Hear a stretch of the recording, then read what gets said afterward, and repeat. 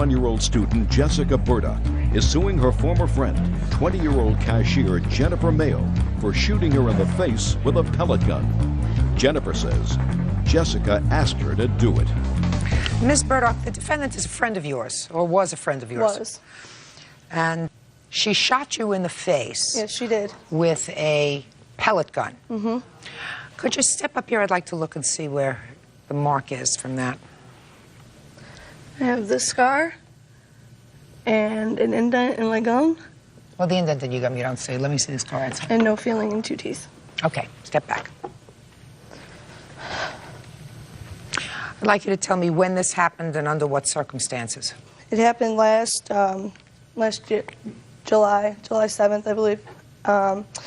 And we were trying to wake him up, and then we brought him. Let's start from where were you? We were at my apartment. How many people were there? 4 of us. Did you all live together? Joe and I did, and we had another roommate, and she was over visiting us. Go ahead. And we were looking for cameras to go get developed that day, and she found Joe's pellet gun.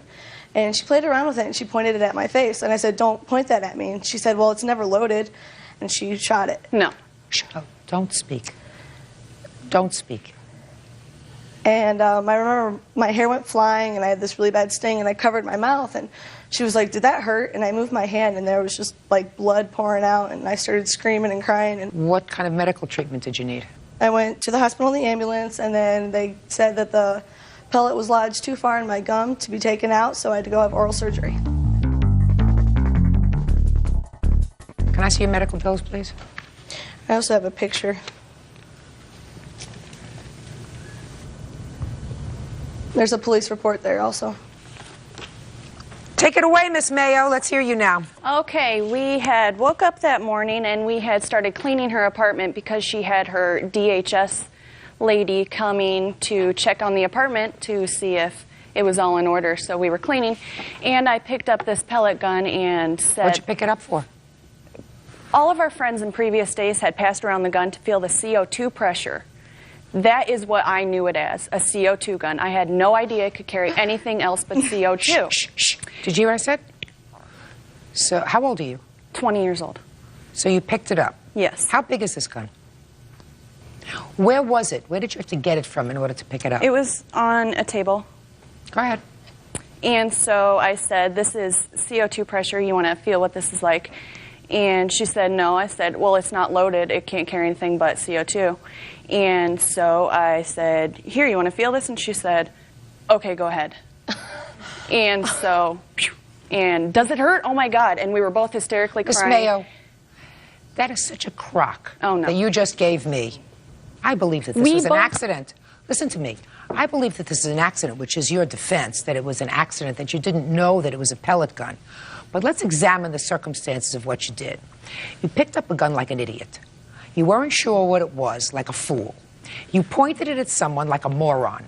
And then you said to another human being who's a friend of yours, "You want to see how this feels." She's smart enough to say, "No." That's what you said. Then you fudged it a little, because then she said, "All right, go ahead. Shoot me," pointing it at her face. That didn't happen. That didn't happen. No, that didn't happen. What happened was she said no, and you were fooling around because you really didn't think that it had a pellet in it. And even if you did think that it was more than that, you had no intention of hurting her. Who should pay these bills? I have no problem paying these bills. Good. Oh, perfect. So then what are we doing here? Good. You do something irresponsible, you have to pay. Our medical bills are $1,278 for your stupidity. I'm tacking on another $2,000. $3,278. That's all. Step out. Yeah, this is case number 167 on the calendar in the matter of Marin versus O'Neill. Parties have been sworn in, Judge. You may be seated, folks. Have seats. Miss Marin, the defendant used to be your boyfriend, and according to what I've read in your complaint, you claimed 2 loans to him. One to enable him to buy a car, and the second one after he wrecked the car to have the car fixed. That's correct. The defendant says that the car was a gift. He did acknowledge in his answer that there was a loan to fix the car, but he said most of that loan was paid back, with the exception of several $100s that he didn't pay back because of an incident involving your current boyfriend. So let's get to the car itself. When was this loan, according to you, for the car, and why? Well, basically, when we started our relationship in August of the year 2000, and then he has expressed to me how he had a current car at that time, but he wanted a newer car. You know, he wanted to fix his life, so I wanted to help him become somebody. I wanted to help him with our relationship. I wanted to grow it to be something that we can grow into and be with each other. Get to the car. Get him on his feet. And when he got kicked out of his house by his parents, so my family took him in, and my brother's my witness, and I had spoken to my family. My family didn't agree that I was going to help him purchase a car. Your family did or did not? Did not agree. Well, you should have listened to them. They did not agree to that, but out of my own, will, out of my, I wanted to help him out. But by helping him out, with a verbal agreement that he was going to pay back the car. At least half, and I have the papers here. Pay back the car at least half, did you say? Yes, at least half of the car. And I have the papers here of when we took out the money from the bank, which is proof of... You're talking fast. Because you're talking fast doesn't mean I'm not going to dissect everything that you're saying, Miss Marin. Okay. So you gave him the money to buy the car. I helped him and you said that you want him to pay it back, or at least pay back half. That was the agreement. That was the verbal agreement. Give me the piece of paper she wants to show me, please, Bird. And the part that's highlighted is when we took out the money from the my bank account. So he came in. Now, just for my own information, why half of the $7,800, Miss Marin? Because I understood that he didn't have all the money to pay me back. But because his word, he stated to me that he had paid back his mother the full car that his mother had purchased him. And he had told me, Arlene, I promise you, my good word, that because I paid back my mother, I'm going to pay you back what I owe you. And what did he owe you? He owed me at least half, which is about $3,500. He says, and put your hand down, I'm not looking at your direction. It's not that I don't see you. It's not that I'm interested right now in what you have to say. The defendant says that he had a car, and he sold his car to your brother for much less than its value. Now I'm going to ask you a question. Did you buy his car? No. You're a different brother. It's a different brother. Bought his car. What year car was it that your other brother bought from him? It was a 91 Honda Civic. And how much did your other brother pay for the car? He paid $500 for it. Is that right? No, ma'am, that's $300 he paid for it. Paid $300. He was originally going to pay $500, but she reduced it to $300 without my knowledge. Who got the $300? Her mom. That's incorrect. He had sold the car to my cousin for $500, and my cousin gave him the money. He had used the money to put stuff in his car, and when I resold the car, my cousin resold the car to my brother for $300. So that's incorrect what he's saying. Okay, well, she gave me the money for the car, and she's saying that I used the money to put into the car. I didn't have a car at the time to put that money into, so... You sold this 91 car to a relative of hers. Was it her brother or her cousin? Her cousin originally, and she did not... That's what I want. All right. So you sold it originally to the cousin. For how much? It was for $500. And how much did she give you? Shh. Did she give you the money for the car? No, not the whole $500. Did she give you some of it? She gave me some of it. All right. Don't waltz around me, Mr. O'Neill. Do you understand? Don't waltz around me. Did you agree to pay her back half the cost of this car? No, I was not going to pay her back for the car because she told me she was going to purchase the car for me as a gift. She did. When did she say that? She said that when we were in a room talking with her mother. Was her mother in favor of that? Of her giving you a car? No. No, not originally, not at first, no. I would say not. How long were you dating before she gave you money to buy this car? About 3 months, 3 or 4 months. Why would you even accept a gift? I was looking for a new car. I was going to go to a used dealership and purchase a car, and she offered to buy me a car to her brother. Why? You didn't sell the car to a brother, you sold it to a cousin. Originally, yes. Right. What I'm asking you is, why would you allow a girl to spend almost $8,000 for a gift for you? It wasn't even like that. Yeah. Why? She was offering it, and I didn't want it at first, and I told her that I wanted to get the car myself. But she offered to do it, and she kept offering, and I just said, okay. You mean she wore down your morality? She was offering the car. She wore down your morality? No, I was not offering the car. Yeah, you were. Listen to me. Stop being stupid. You don't make a verbal agreement with somebody to pay back at least half the car. That's not a verbal agreement. You pay back at least half. Either it was a loan or it was a gift. Loan, gift. Judge Judy continues in a moment. They didn't give me nothing because it was in her account. They wouldn't give me no receipt or nothing. Yes, they do. Of course they do. You go to the bank, you get a receipt. They didn't give me any receipt. I was paying the loan back. Right? I don't care! And later today, She played around with it and she pointed it at my face. And I said, don't point that at me. And she said, well, it's never loaded when she shot it. No. Shut up. Don't. When did you have an accident with the car? Really, I believe it was in April. I believe. You mean as soon as you got it? Try July. Mm-hmm. That's correct. Try July. I'm sorry. It was a long time ago, so I really can't remember. Wasn't so. How old are you? 20. It wasn't so long ago. You should be able to remember that. You still have the car? Yes, ma'am. All right. So, in July, you had an accident with the car. Correct. Between April and July, did he make any payments to you? At that time he was working. April and July, did he make any payments to you? No. He was supposed to. That's correct. So in July, he had an accident with the car. And how much did it cost to fix it? It cost about between $800 and $900. How much did you borrow from her? $1,200.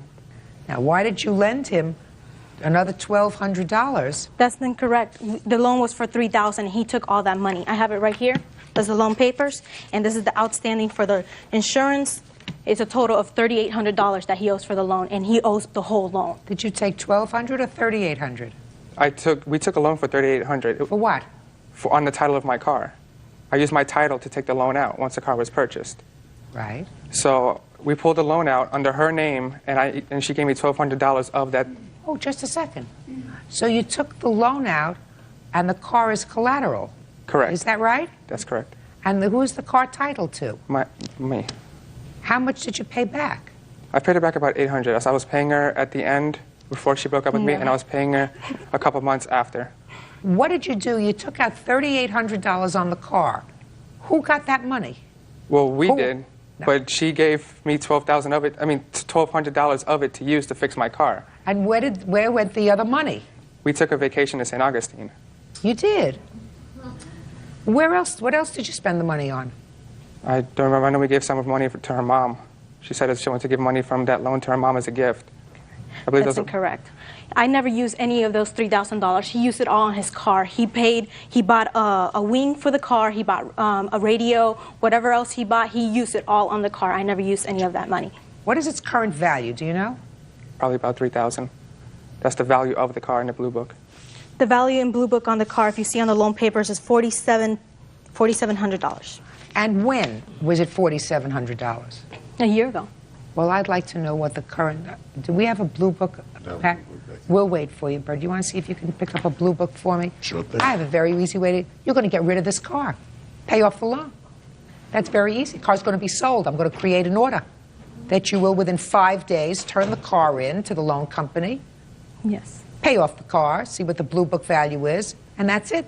Then you're finished. But I sold my other car to hold Brenda. I don't care! What? Say it standing. That car is not worth anymore what the value of the car is. I'm going to check the Blue Book. Because when we purchased that car was in mint condition. That car was a good. It's got a different engine. Took off all the parts, from what the I radio hear, and everything. that car is run down. Maybe. He has it all in his That's your garage. problem. If she's going to be stupid, do you think that the courts are going to worry about that? I'm trying to at least make her as whole as I possibly can because I think that his actions are unconscionable.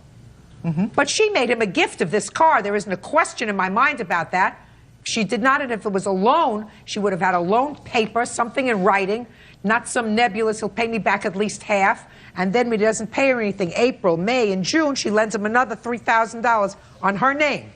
I mean, that's stupid. Now, I was paying back the loan, okay, and I had forgotten her account number, and I called her to receive the account number so I can pay because I didn't want to see her for the loan because we were broken up at the time.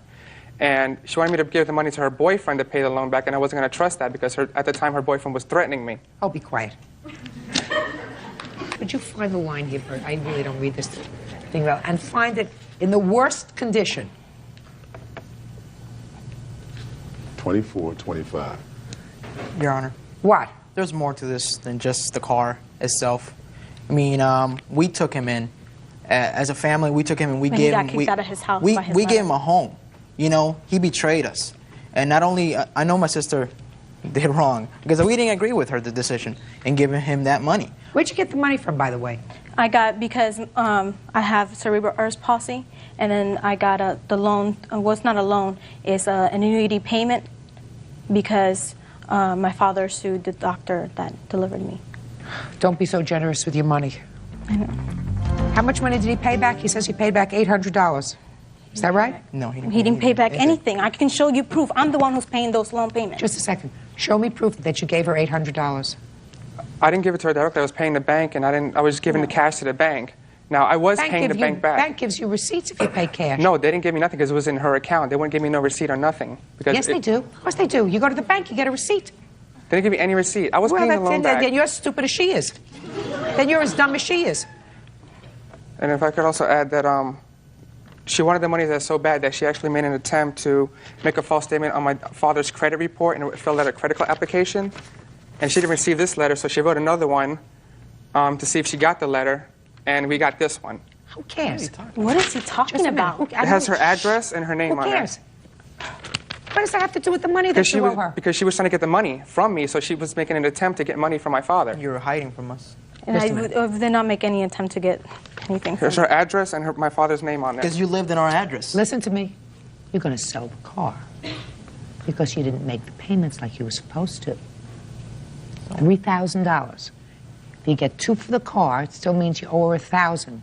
You've driven the car for a while. I hope you've enjoyed it. Judgment for the plaintiff in the amount of $1,000 plus an order that the car is to be sold forthwith, and the money is to be remitted to her, the other $2,000. Thank you. That's all. Excused. You may step out.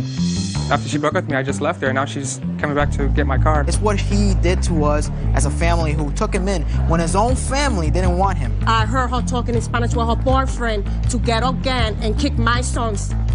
His mother and his father both threatened me. She's a liar, she's a thief, and she committed a lot of fraud. I have done nothing to them. She will go to jail, I promise you. And now the next case. All parties in the matter of Burdock versus Mayo, step forward, please. This is case number 296 on the calendar in the matter of Richter versus Parker. Parties have been sworn in. Judge, you may be seated. Ladies, have seats, please. Miss Richter, you and the defendant were best friends, according to the complaint that I've read. You claim that you made a series of loans to her. She did not pay you back. As a result of that, you didn't have enough money to allow your daughter to be on the cheerleading squad. Ms. Parker says that you always made more money than she did. You were best friends. There was never any loan. You did things together, and you paid for it because you had more money.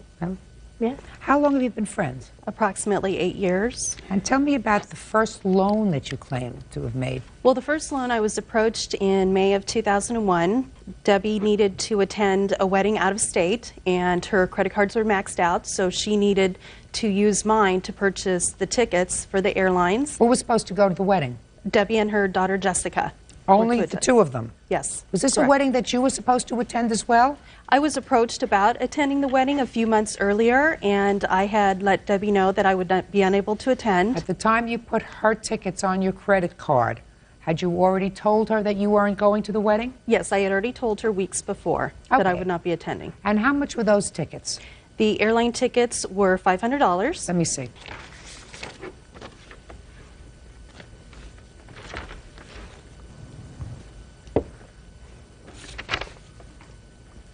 Did you ask her to put your airline tickets on her credit card? I told Cheryl that I wasn't going to be able to go to the wedding because I didn't have enough funds, and she offered to help me, but not with the understanding that I would pay her back. Cheryl has always helped me in the past, and if there was ever agreement to pay her back, I always have. So you tell me your version of how it came about, because now I understand that she actually did pay for the tickets, and I want you to tell me how it came about. How it came about? Look at me. Yes. How it came about was that myself and my daughter, Jessica, we were going to go with Cheryl and Lauren back to my niece's wedding. While we were back east, we were going to also go to New York, hang out, have some fun, and we've gone on vacations many times before. When the time came closer to purchase the tickets, Cheryl did tell me that she could not go. I think she had something going on with her daughter, but it wasn't very early on in the planning. It was fairly close, maybe a month or two before we were going to go. A month or two was not very close. Not the last minute, as you indicate in your answer to me. Say at the last minute she canceled out. She did not cancel out the last minute. She canceled out at least a month before.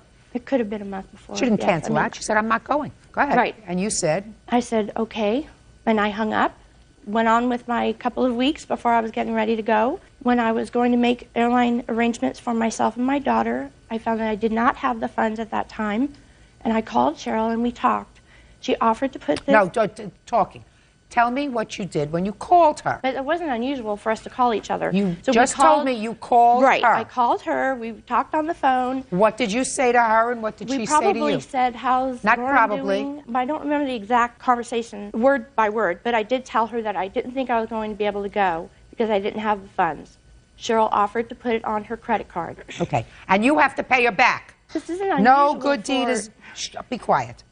In the past, if she has ever lent me any listen money, to me. I have always paid her back. Listen to me, my dear. This was not an Listen to me, my dear. This was your niece's wedding. Yes. Your answer suggested that this was a wedding that you were both supposed to go to, that at the last minute she canceled out. She had put all the tickets on her credit card. She said, I'm not going. But for the fact that you were going together as a group, you wouldn't have gone at all. That's not really what happened. What happened is she gave you plenty of notice. I'm not going to the wedding. I have something else to do. A month or two in advance. You were going to put it on your credit card. You didn't have enough credit on your credit card. You pick up the phone, you call her. Because that's what you just started to tell me. Yes. You have to pay her back. What's the next loan for? After she returned from the wedding, approximately a week later, she called me and told me that she needed to borrow some cash to pay bills either towards her rent or utilities or what have you. She needed $500 and wanted to know if I would be able to lend that to her. I said that I would, and outside of the airline tickets, there's the hotel expenses on there as well when she went to the wedding. And I went to her house and I brought her a check, and she still told me that she would be paying me back within about approximately 2 months. Do you have a copy of that check? Yes, I do. May I see it, please?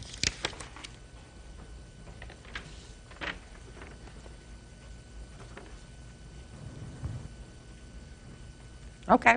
Let's hear about it, Miss Parker. Up until right now, when she just handed you the check, I did not remember that. I did not remember about the $500. I was going to come here and tell you I didn't owe it because I didn't remember. Yeah, I see it in your answer that you say that she never gave you any cash. Okay. What else? Then after that, we went to a concert. After that, when? September, Labor Day weekend. The four of us. I purchased all 4 concert tickets and was to be reimbursed for the concert tickets as well as the charges on the credit card and the $500. How much were the concert tickets? Each ticket was $56.25, so it was $102.50 for the 2 concert tickets. What about the concert tickets? In August, we met at Islands to celebrate my daughter's birthday. She told me that weekend she had tickets to go to a concert, and she invited us to go. We went. She never said anything about paying her back. She was a good friend of mine. Was a good friend. A good friend doesn't borrow money and then not why pay didn't it you ever back. say anything? I mean, our children talked online for a year, and she never said anything to me about this. And also, they invited us to her house for 4th of July. What was that? Judge Judy continues in a moment. I don't have that kind of money either, so I had to use the fundraising. We could have raised the funds to pay. You could have asked. Listen you to could me. have just said something to me. Ladies. Instead of waiting a year and then Ms. doing this Parker. to me. Real cases, real people. Judge Judy. Cheryl Richter claims former friend Debbie Parker owes for several unpaid loans. Cheryl says her daughter can't be a cheerleader until Debbie repays the money. Miss Parker, let me ask you this question. What do you think I don't precipitated know. this? Maybe it was because she felt taken advantage of. If you didn't If she remember would have just said one word to me like, I need help, can you help me? Well, when was the first time she told you that she wanted you to give her this money back? On July 5th of this year, Yes. I received a letter. I tried to contact her to make some type of arrangements. I was trying to figure out what the heck was going on. She never returned my calls. And you can't think of any reason that happened. I was hoping to find out from her why she's doing this to me, why she's standing there lying. No, there's no lying. There's no lying. When we you did, went in fact, listen to me, Miss Parker. You did, in fact, borrow $500. You said to me, I didn't remember it until I saw the Yes, check. that's true. So it's $500, and it's well over a year. You never paid her back. But there had to be something, July 4th, something must have triggered it. I read her complaint. She says what triggered it was she didn't have money to sign her daughter up for cheerleading. That's correct. And in fact, when we went to the concert in September, first of all, Debbie did acknowledge that she owed the money. She told me she had forgot her checkbook, and she told me that she was sorry that she hadn't paid me back yet, and she was coming over the next night for dinner, and when she came over that night, she was out of checks. That's not true. And then I ran into her after that in October, I believe, having dinner and drinks with coworkers. My daughter ran into her at the mall shopping at Christmas. And in April of 2002, when my daughter was to try out for an all-star cheer squad, she went to the practices. She was approached by the coach. She was a year too young for the squad, but because her abilities were up to the level of the squad members, they would make an allowance. Well, I wasn't able to allow her to try out because I found out the cost was $2,000. $2,000 to try out for cheerleaders? For the entire year, including travel expenses. They're a top-ranked team in the nation, so they go to Texas and Florida for nationals. It would be for all the training as well as all of the uniforms. Did you have to come up with the $2,000 up front? Within a few weeks, so there was no time for me to fundraise to try to raise that money. So the coach called me the day of tryouts inquiring about whether or not she was going to try out. I just told the coach owner that I didn't know. I was embarrassed to tell her that I couldn't afford it. Okay, so you got irritated. I got irritated. Plus, Debbie's daughter, Jessica, is on a cheer squad, and she was able to find the $1,500 for her to participate last year and is once again on that cheer squad. Yet I'm saying no to my daughter because of the debt. Gotcha. Can I say something? Sure. I saw Cheryl, yes, out when I was at a restaurant with her girlfriend. Cheryl came in, no problem. Hey, we hugged. I go, my God, you look great. You just got back from Tahiti. She wasn't angry with me. She didn't say a word to me about any of this. Something happened. I have a sense that whatever happened... Maybe it was this whole thing about cheerleading, but let me tell you, please, I didn't pay a penny for her to go on cheerleading. So you should get your facts right. Talk to me. I didn't pay a penny. Did she have a scholarship? No. I fundraised. I sold entertainment books to get her on the cheerleading squad at her high school. Because I don't have that kind of money either, so I had to use the fundraising. We could have raised the funds to pay. No. You could have asked. Listen to me. You could have just said something to me. Ladies. Instead of waiting a year and then doing this to me. Miss Parker, please don't fight with each other. Gone beyond that. Just think about this. She can't fundraise to pay you back. I understand that. You understand that. And it's really unfortunate that a friendship denigrated to where we are. I have a feeling it is about the cheerleading.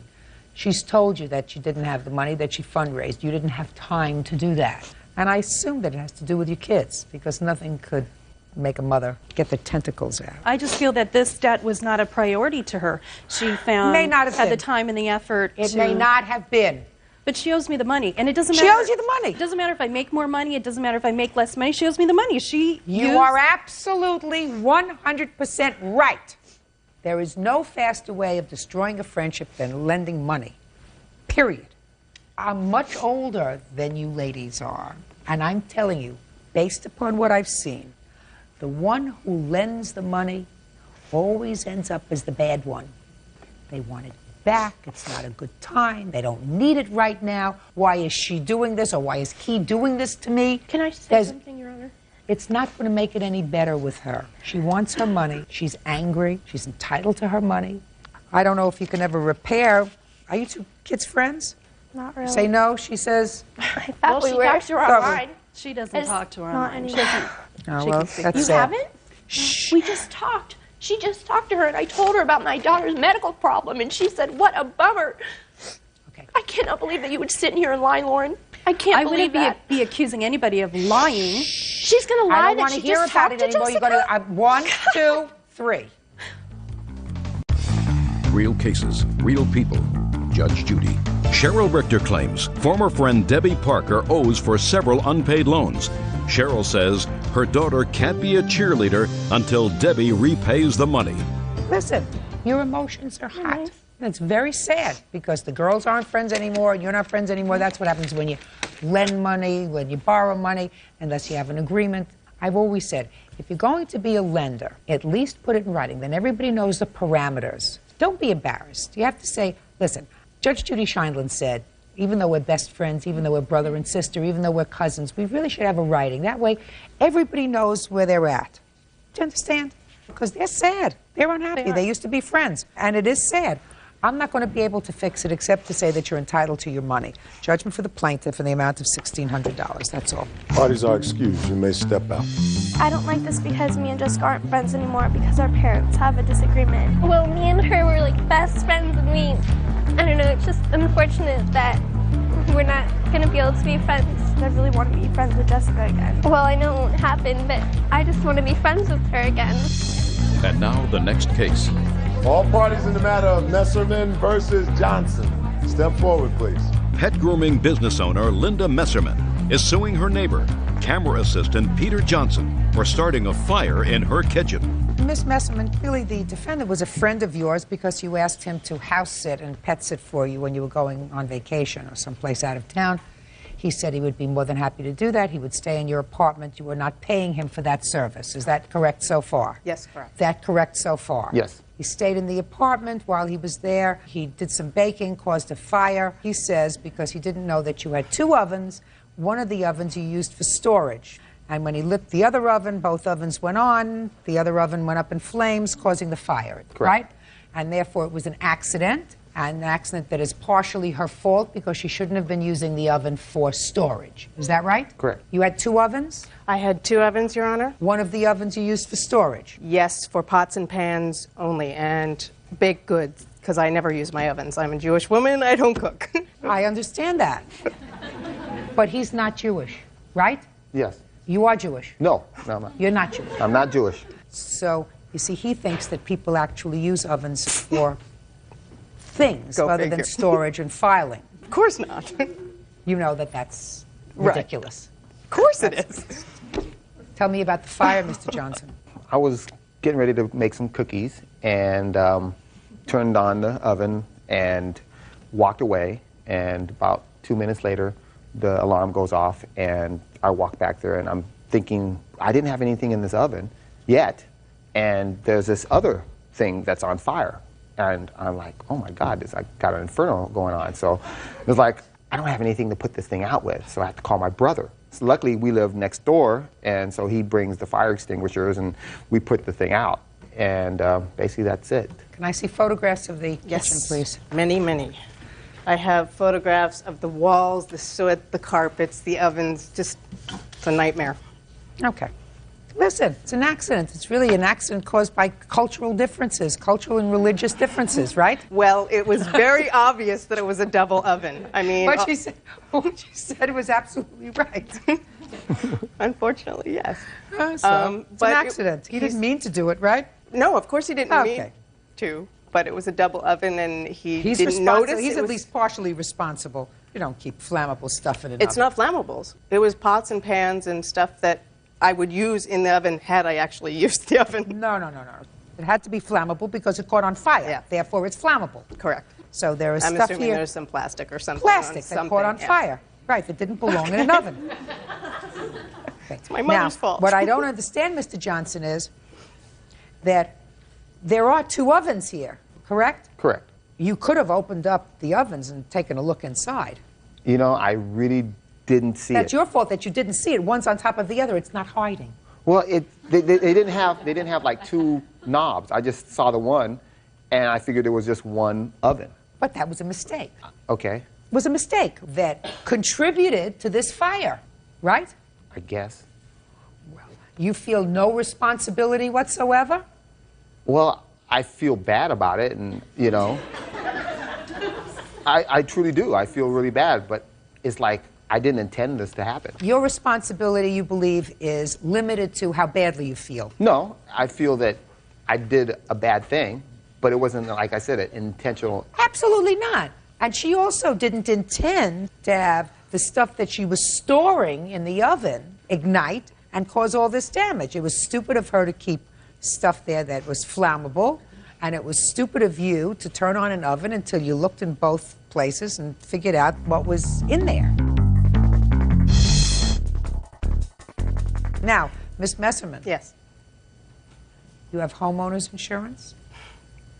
Actually, my father had been telling me to get it and get it and get it, and I have not gotten it yet. I know. Well, that's very foolish, Ms. Messerman. I know. Now, do you own or rent this apartment? I rent. What about the landlord? What is the landlord doing about your problem? The landlord actually is a whole other story. I have lived there for 7 years. I've never had a problem. Now they want to evict me. Yes. They think I'm negligent. I had to hire an attorney to keep my home, which is still in progress right now because they're trying to get rid of me because of the fire, thinking that I'm such an idiot that I cause fires. Well, you're such an idiot because you kept this files and stuff in your oven. Yes. They didn't understand this cultural thing. Right. It's my mother's fault. Well, as far as I'm concerned, that each of you are responsible for this problem. You because you allowed a situation to exist in your home that was capable of causing a problem, and you because you didn't look first. You understand? Correct. So you're suing for $3,000, and I'm giving you judgment for $1,500. The other part of it is your fault. Don't put flammables in an oven. You don't have to necessarily cook in an oven, but you don't put stuff in it. Sure. Thank you. Goodbye. Thank you very much. Number 170 on the calendar in the matter of Garcia versus Terrell. Parties have been sworn in, Judge. You may be seated. Ladies, have seats, please. Ms. Garcia, the defendant is your daughter. Yes. Without going into too much history, there did come a time when, according to you, and I believe that your daughter acknowledges that you loaned her some money for two things. First, for a sofa that she wanted. Yes. And then a car loan. Then there came a time when your daughter was having some difficulty. She moved in with you. Correct. Is that right? With her children. Yes. And she put a lot of her stuff in a storage unit that was in your name. That's correct. That's her counterclaim. Her counterclaim is that you locked the storage unit and she can't get her property. Right? Yes. How long did you live with your mother? From October 2001 to February 2nd, 2002. And when did she lend you the money for the couch? March 2001. How much did she lend you at that time? I believe it came to $26 and some odd dollars, $2,600. When you moved in with her, what happened to the couch? Well, when I got laid off and moved out of my apartment, she got a U-Haul, she got a storage unit. We moved everything to that storage unit. Where is the couch now? From what I've heard last, that she has moved it out of the storage unit and moved it into her house. Where's the couch now? In my basement. Did you make any payments on the couch? No. None? None. We had an agreement that when I got my income taxes back, because I had a whole year to pay on it, I had till April 2002 to pay for it, that I would give her the money for it. You don't need the couch, do you? No. So you're perfectly happy to return the couch to her if she pays the money? Correct. That's fine. That takes care of the couch. Now what about the car?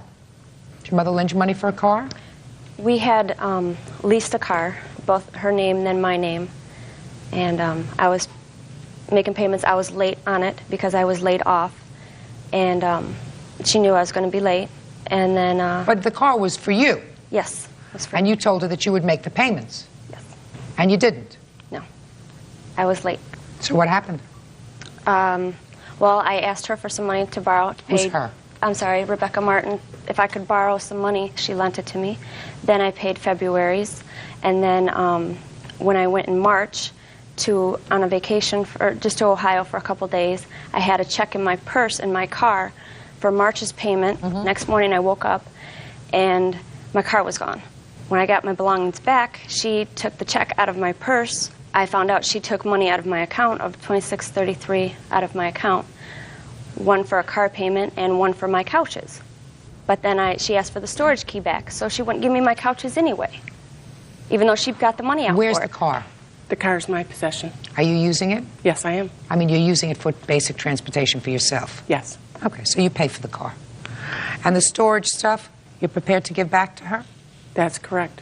So we've taken care of some of the financial stuff. The car you're going to use, so you'll continue to pay for the car.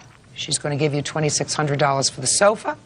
The problem that I have here is that you have children. And I gather that since this incident that happened between you and your mother hasn't seen your children. Why is that? With everything that... I've had a really rough life living in that household and a lot of abuse that was in the house. And I don't want my children around that. I don't want them to go through what I've went through in my life, so I just rather just keep them away. And then she called Protective Services and told them that I punched them in the face. Took the chance on me getting my kids taken away. Did you ever hit your children? No, I don't hit that. I don't punch them. I spank my children. I'm not going to lie. I discipline my children. How old are they? They are 6 and 3.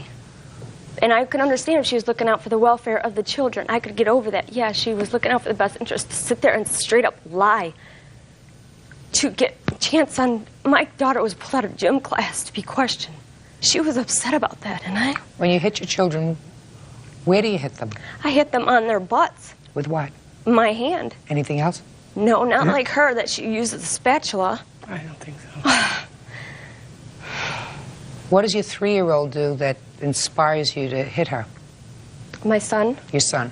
Him. Well, if he's acting bad, throwing a fit, I mean, you know, a normal 3-year-old, you know, mouthy, no. If timeout's not doing it, if he's not staying in his corner, I spank his butt. I paddle his butt. Paddle it with what? My hand. Anything else? No. That's hard enough. I don't need any objects. I'm not going to get into that with you, but 3-year-olds have a limited understanding. A boy at that. Yeah, well. And if children grow up in violence, that's what happens. So if you grew up in what you allege is a violent household, where you were corporally punished, perhaps you want to rethink your disciplinary mode with your own children, because that perpetuates itself. That doesn't mean that your children who are used to their grandmother shouldn't see her even for a couple of hours every other Sunday, because now that you're angry with each other, what caused this rift? You want to tell me? Well, it was a domestic violence charge upon her for cutting my face on February 2nd of 2002. What did she cut your face with? Her fingernail. You had a fight? Yes. I was fighting her off of me. About what? She put my grandson in allowed him to go to her ex-boyfriend's his father house, who she said that she would not allow him to go over there because in 2000 he took my grandson away from her and wouldn't give him back, was trying to sue her for custody. And she called me up crying, wanting me to help her get my grandson out of the home. So I went over there with her and got the child out of the home with the police, and she said that she would never let him have his, see his son again. Well, as time went by, she forgave him and she allowed him to see him, but she said she wouldn't leave him alone with him because of all that he has put her through. She didn't want him to see that. So in 2000 of this year, 2002, February 2nd, she let him go over there because we were all sick in the home. I had bronchitis, she was sick, and my grandson was sick, and she wanted to get some sleep. So she let him go over there without her supervision. And I said, I thought you weren't going to allow him to go over there. And we got into an argument, and then she went into a rage, and she cut my face. Judge Judy continues in a moment. They want to see her. They send her letters. They write her letters. And I want that. I have not received any letters. She goes off. Listen, don't fight. I'm trying to make it better. And later today, there was no necessarily written contracts or anything of that. Get to what she owes you money for, sir. I already got that part of the story. I finished with that. What does she owe you money for? What do you think? I don't remember my question? I'm not that old. Real cases, real people. Judge Judy. Sharon Garcia says her daughter, Angela Terrell, owes for several unpaid loans. Angela says her mother won't return her belongings. You think it's a smart idea not to let your children see their grandmother? With her husband in the house, yes. What do you mean with her husband? You think it's okay with her husband? I don't want my children around her husband, really. I mean, I'm not really too worried about her. I mean, as long as she doesn't hit him with spatulas or cutting boards or whatever. What if she just sees him in the park? Yeah, that's fine. It's supervised visitations. Why don't you just see him in the park? It's just, she was part of their lives. I understand, and my kids miss her terribly. And I hate it, but... Not for you or not for her. I know. But really for the children. I know. They want to see her. They send her letters. They write her letters. And I want that. I have not received any letters. Well, isn't there a park where you could meet? Yes.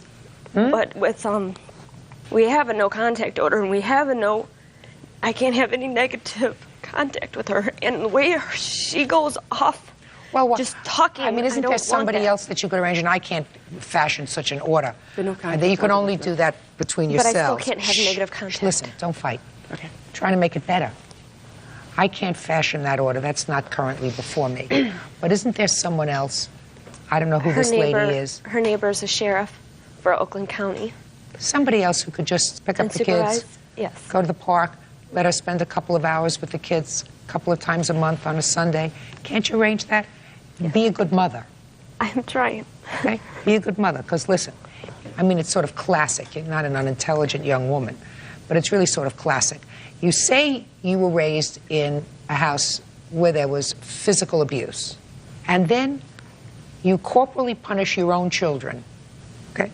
That perpetuates itself from one generation to another. I don't want it no more. So the children need the widest possible community of people that they're familiar with. And good, bad, or indifferent, they're familiar with their grandmother. They lived with her. She's taken care of them at various times, I'm sure. And so now they've been cut off. It's not a good thing for their overall development. So be a good mother. See if you can work something out so that the kids can see their grandmother. Reasonable? Was it supervised? Reasonable? Yes. Okay. And your mother wouldn't mind that as long as she can see them, because it's not really for her, it's for the children. Correct. Okay. So, all the property, all of your property is going to be returned within 5 days. You owe your mother $2,600 for the couch because you're going to get it back. So the judgment is for the plaintiff. That's all. Parties are excused. You may step out. I did not abuse my daughter. She was not brought up in an abusive home. It's hurting my children. She's trying to hurt me, and it's hurting my children. I did everything out of love to help her out. Every time I'm with her or around her, I've been brought pain. And now the next case. All parties in the matter of DeVault versus Eddie, step forward. 21-year-old student Amy DeVault is suing her ex-boyfriend, 21-year-old car salesman Cliff Eddy, for the down payment on a car and for several unpaid loans. Mr. DeVault, according to your claim, the defendant owes you for a down payment that you loaned to him for a car. Yes. Is that right? Yes. Now, Mr. Eddy, if I'm reading your answer correctly, sir, you acknowledge that she gave you the down payment for the car. Is that right? That's correct. And it was a loan. That's correct. But you say she owes you money, so it's a wash. Yeah. Okay. So then we can go over the basics very quickly. You were living together with him when you made this loan? For a very short time, yes. What's the short time? I probably had moved in and moved out within a matter of 4 or 5 days. And during that 4 or 5 day period is the time that you made this loan? Yes.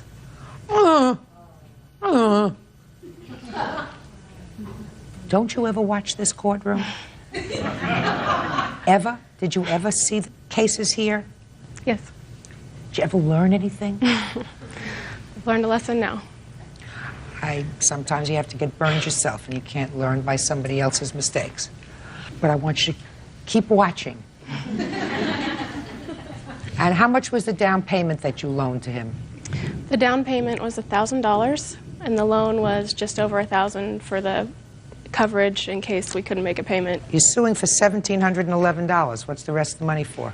I had moved in with him, and I'd given him $200 for my share of the rent. I had also paid a few bills for him, which he ensured that I would be reimbursed for, a water bill and groceries, things like that. I bought tons of things for him. You know, I'll pay you back, I just don't have money right now, he assured me. He'd lost his job, and he had paychecks that had insufficient funds behind them. I mean, all this happened in the 4 or 5 days? No, we had been dating for a couple of months. According to your complaint, you have some sort of an IOU that he wrote. Yes. Well, I'd like to see it.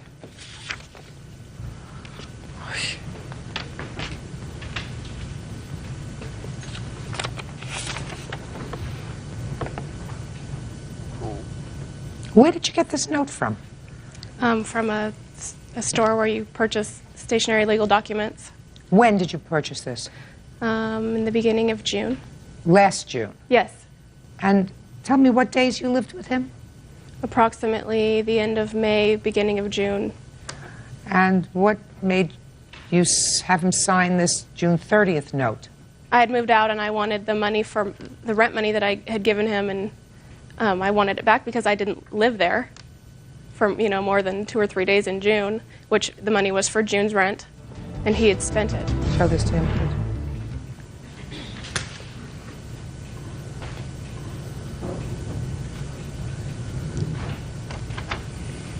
Is that your signature, sir? Yes, it is. So you signed this note for $315, right? That's correct. Now, I'm just curious, Mr. Vault. What happened to the $1,000 for the car? After the loan had gone through, we went to the bank and we had cashed. No, but I'm asking you is you moved out. Yes. Right? So why would you have him sign a note for $315 when actually he owed you, according to you, at least $1,300? Why is this only for $315? I have a second contract. Let me see it.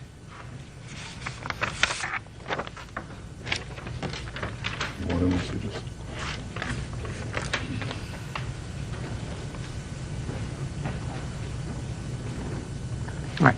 Well, we're talking about two different things. You took out a loan. Now, was this the loan for the car? Yes. All right. He's paid off the car loan. No, Is that right, sir? No. That's what you said. I paid off the balance of the vehicle. This was a separate loan through Wells Fargo Bank. For what? For $1,000 cash, down payment for the vehicle. Oh, I see. This you didn't pay off? No. Okay. Now, your defense is, sir, that she owed you money. Yeah. I'm waiting. Well, we started dating. We were dated for about 4 or 5 months. She was in a sorority house then, and she would stay over at my house frequently, almost every night. When summertime came, you have to leave the house for the summer. So she moved in with me then. In the process of that, I was working at a dealership in Corvallis there, and I was looking for another vehicle. I went down to... Could you get what she owes you money for, sir? Is that what we're getting to? Yeah, that's what we're getting to. Let's get there faster. Okay. But I went down to the bank to get the loan. I couldn't get the loan because I had bad credit. So she was living with me at the time. She offered to help me out with that. We did that. There was no necessarily written contracts or anything of that Get nature. to what she owes you money for, sir. I already got that part of the story. I finished with that.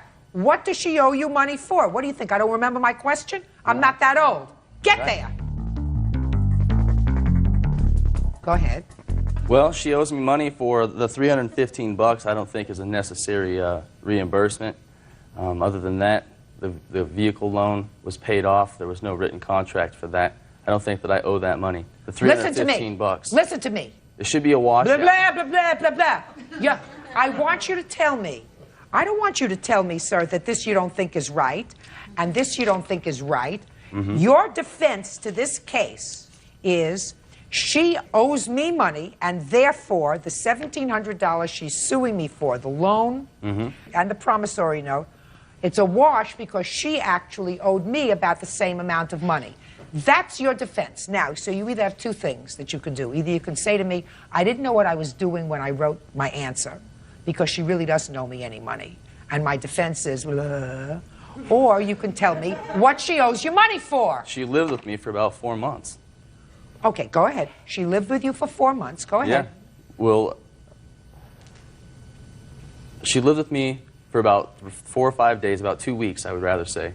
About 2 weeks. But the whole time prior to that, she was staying at my house almost every single day. Yes. And that was a matter of bills and whatnot. Go ahead. So what does she owe you for? My duplex ran about $750 a month was my rent, plus the bills. All the bills were in my name. I lived there by myself. Yes. For the whole time together, I think that it should be a washout. It's a washout. When she would come over and stay at your duplex with you, did she also maintain a room in the college dorm or someplace else? Yeah. Yeah. Did you pay for half of that rent? No. Did you ever have an agreement with her to pay for half the rent while she was staying over at your No. house periodically? Mm-mm. So I want you to go like this. Blah, blah, blah, blah, blah, blah. Judgment for the plaintiff in the amount of $1,700. That's all.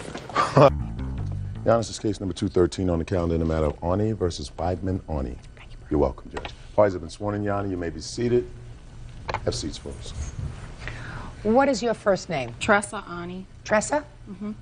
Tressa, this is your sister. Yes, it is. What's your first name? Teresa. Teresa. Teresa and Teresa. I thought I would make this simple. It's not. That didn't make it any simpler for me. You're the boyfriend? Mm-hmm. And you're here because this was your car. Yes. Was the car in both your names or in just your name? Just mine. It is your claim that your sister vandalized your car. Yes, sir. Sister said she didn't do it. You didn't see her vandalize your car. No, I did not. When was your car vandalized and how? On July 10th in the morning, I received a call from the Hennepin County Sheriff's letting me know she was being released from jail for something. No. What I asked you was, when was your car vandalized? July 10th, 2002. Okay.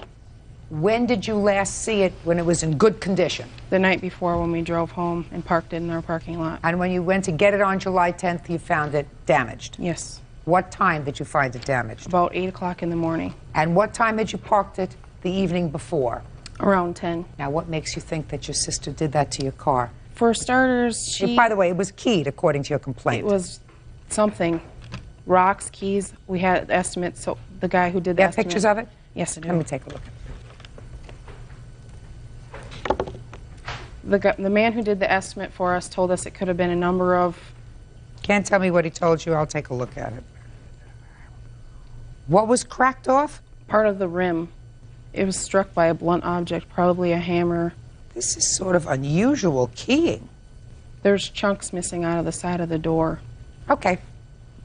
I've seen your photographs. Now tell me what makes you think that your sister did any of this damage. I can't really go into it too far, but she had been arrested for assaulting me on July 5th.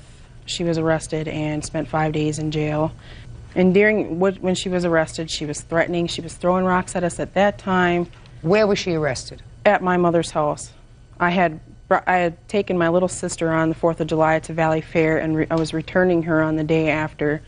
And this is when all this occurred. She threatened myself. She threatened my 18-month-old daughter. She said she was going to drown my child in my mom's pool, to take my little white rat-faced child the hell out of there. Okay. But then she assaulted you. Yeah, she grabbed a knife, said she was going to gut me like a fish because I'm pregnant. Did she, in fact, cut you? No, she did not. But she threatened to cut you.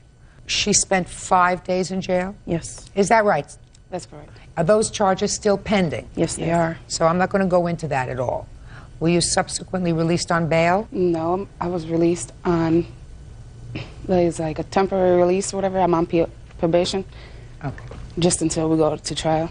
Go ahead. I had also previously spoken to Child Protection, which she found out about because of the way she treats her 2-year-old daughter, that she probably wanted to retaliate. So what you're telling me is she had a motive? Yes. For damaging your car? She also threatened to, and so did my mother. Your mother too? Yes, we had our phone disconnected and our number changed. So not only did your sister threaten to damage your car according to you, but your mother threatened to damage your car? Yes. So 2 people threatened to damage your car? Yes. My mom, her exact words were, something's gonna happen. I disown you, you little, don't come back here. Okay. What evidence do you have? She has admitted it. To whom? To, in courtroom, which I cannot get the transcripts till her criminal stuff is done. Right outside the courtroom, I was standing there with the district attorney and some other people that were standing Did you there. hear her admit it? Yes. Did you, personally? Yes, I did. Well, tell me when that was and what you heard. We had gone, because I had originally filed a restraining order, and they were trying to fight it, and I had brought with me the estimates of the car, and I was talking to the prosecutor, and before we went up to the judge, she was like, so what if I damaged her effing car? She made me spend 5 days in jail, and I didn't hear what she said after that. Okay. Any other evidence that she damaged She's your car? admitted it to our witness, Johnny Gurley. That's Devin's brother-in-law. Tell me your name, sir. My name is Johnny Leroy Gurley. How do you know these parties? Well, actually, this is my stepbrother here, and that's his girlfriend, Tressa. Tressa says that you overheard the defendant acknowledge that she vandalized the plaintiff's car. Yeah. Did you? Yes, I did. When and where? This was September 6th out in Mound, because I work at the Mound post office. I was happening to take out the trash, and I seen her, and I asked her if I could ask her a question. She said, yeah, so I asked her the question to where I heard... What question did you ask her? The question was, I heard that you had tore up Devin and Tressa's car. And her response was, yeah, I tore it up, and if I see it again, I'll tear it up again. And if I see the truck, I'll tear the truck up too. Had you known her previously, the defendant? Yeah. Had you ever had any difficulty with her? Nope. After she answered you in that fashion, did you say anything else to her? No, the only thing I said to her was that you need to stop all that violence. And what did she say? I couldn't really hear what she was saying because she was running off to catch the bus. Because she was waiting at the bus stop to go to work. Okay. Thank you. I will start out by, for the purpose of this hearing, assuming that you're going to tell me you did not do any damage to the car. Right? Right. What time were you released from jail on either the 9th or the 10th of July? On the 9th of July, I was released at 8 o'clock at night. Had you seen a judge that day? Yeah, I seen it. I had a court to be released at 1:30 in the afternoon, and I was in a holding cell to be released until 8. Do you know why you were being held from 1:30 to 8 p.m.? Just to be released. They said it took that long for the release papers to come through. Had you ever been incarcerated before? Yes. Immediately prior to this time? Immediately, yes, listen. You didn't listen to my question, so you don't know what the question is. Immediately before this arrest, when was the last time you were arrested? Last year. For what? I was accused of threatening my brother.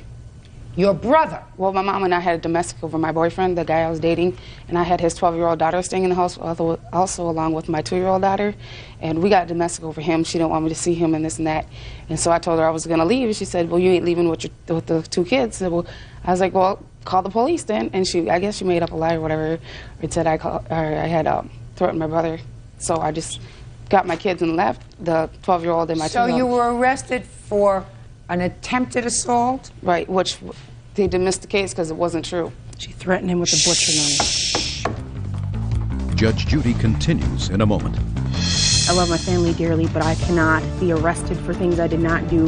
This whole thing has just been ridiculous. Well, something is definitely out of whack in this family, and I'm not a therapist. I'm just a little old judge who's trying to find the truth. Real cases, real people. Judge Judy. 19-year-old Tressa Ani says her sister, 20-year-old Teresa Ani, vandalized her boyfriend's car.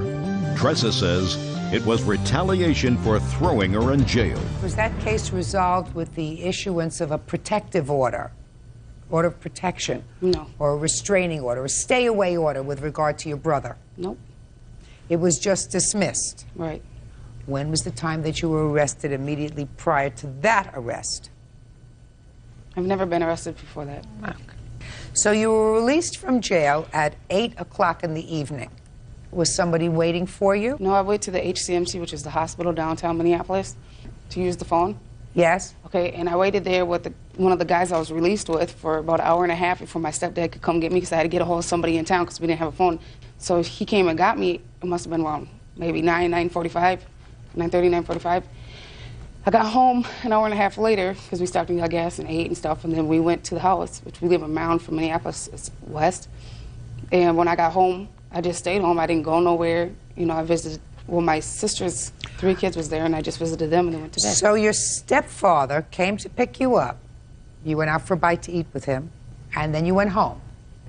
Now, does your stepfather live with your mother? Yes. So from the time you were released from jail until the next day, I assume, you were in the company of your stepfather. Right. Where is he today? He's at work. Well, what'd you bring this is your mother? Because my mother, they was downtown since I went to court. They were waiting for me to be released. They waited for 4 hours for me to be released because they said I'd be released. Your mother wasn't with you from the time you were released. That's what I'm saying. I'm saying that when I got home, my mom was there waiting for me.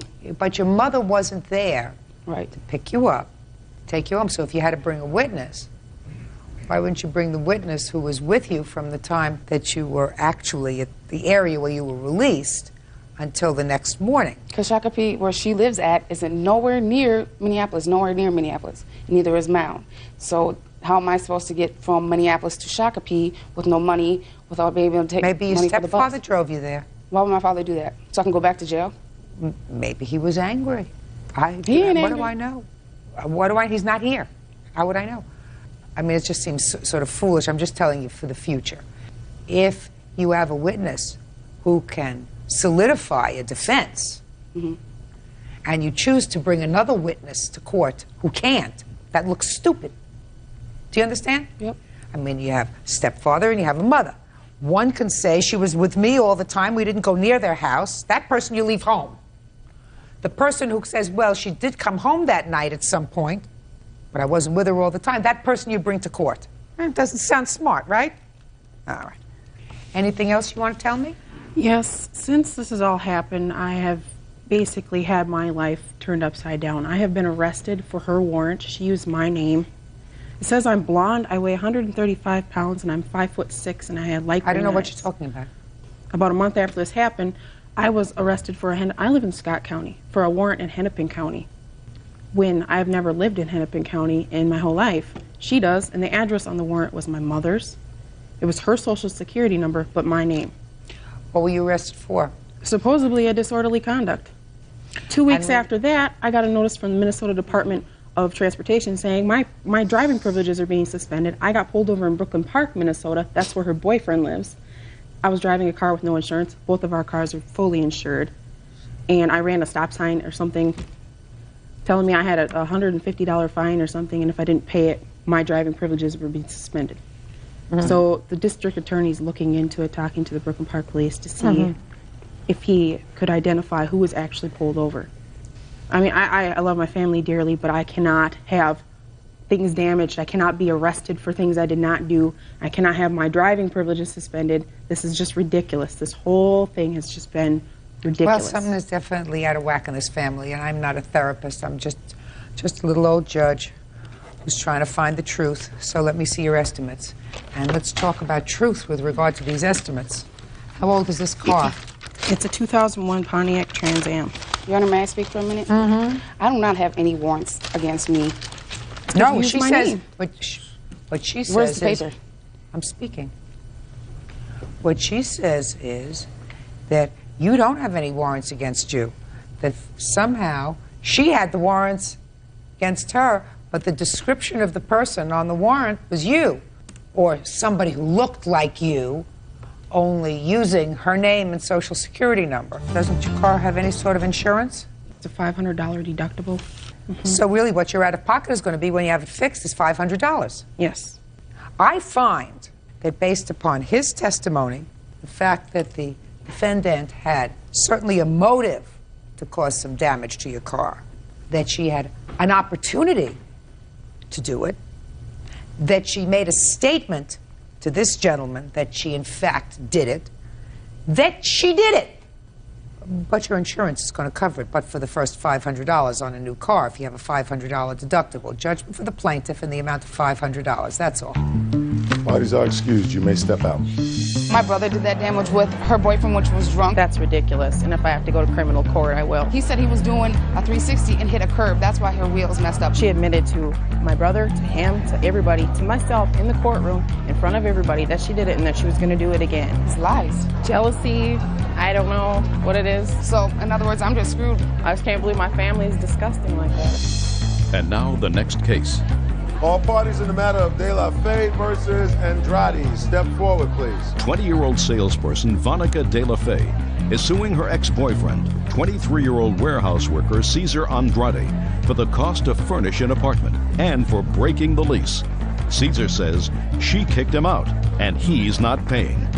Miss De La Fey, it is your claim that you rented an apartment in your name, but it was for the defendant, who was then your boyfriend.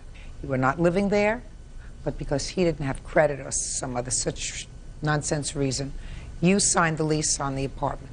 And in addition, since the apartment had to be furnished, you furnished the apartment using your credit card. But you were not living there, you were living with your mother. Is this your mother? That's correct. But then, one day, after about 3 months, you just happened to be there. Got into a big argument with him, a fight, and the police were called. And you had the police put him out of the apartment. That's correct. They told him to leave. That's correct. You stayed in the apartment. After he... You stayed in the apartment. After he officially moved out, they told him to leave, but he did come back occasionally because he had nowhere to stay. You called the police and told them to put him out of the apartment. To ask him to leave. Right. And they did. Put your hand down. Ultimately, he moved out totally. You want him to pay for the rest of the rent on the apartment and all the furniture, even though you have the furniture. But I'm only asking for half. I have the furniture, but I'm asking for half. Right. You want him to pay for half the furniture that you have. Now, after he moved out of the apartment, you did move into the apartment. That's correct. And according to you, and stay there for the remainder of the lease. I did not stay in the apartment. I had my belongings, but I lived in Burbank. I went to school in Burbank, and I got a job in Burbank. So from Palmdale to Burbank, I did not always travel. I would stay there once in a while so that way people wouldn't think it's a vacant apartment. Let me explain something to you. The moment you called the police and had the police remove him, Actually, instead, shh, does it look like you're losing? If it doesn't look like you're losing, then you're supposed to be quiet. All right. Because nothing that you have to tell me at this point would be quite as interesting as what I have to say to you. So if you listen, open up your ears. When you called the police and had him removed from the apartment, instead of you getting into your car and going home. It was it was 2 o'clock in the morning. I don't care if it was 2 o'clock in the morning or 3 o'clock in the morning or 4 o'clock in the morning. You get in your car and you go home. You didn't even have to have the police come. You just get in your car and go home. He left in the morning, but he did not move out of the apartment. He left, but did not move madam, out. You treated it as if it was your apartment. I furnished it for him. He was my boyfriend. Good, then you pay for it.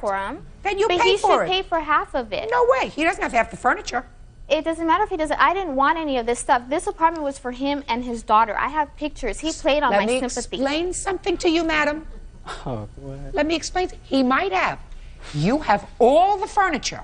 He can have it. I don't want it. I have it because he left the apartment. I do not want it. You have all the furniture. You're suing him for money. Right. No, for money. Right.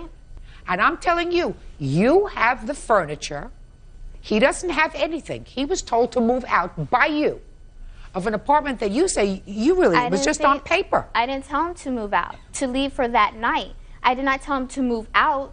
I did not tell him to move out. The sheriff said for him to leave in the morning but not move out. He still had his belongings there. He still lived there.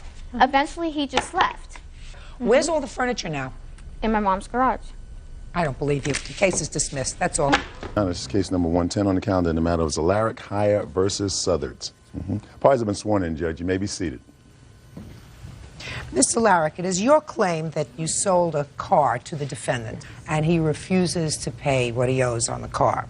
And the second part of your claim is that he had an altercation with your daughter and he made false charges of assault against her. You're Miss Hire? Yes. How old are you? 23. And you want to be compensated for these false charges. Mr. Southards says that the car was a piece of junk and the charges were true. So, Mr. Southards, you bought this car? I made a $25 payment on this car. Let's start with the premise, sir, Okay. that I'm older than you are and I know more. Right. So don't dance around with words. Okay.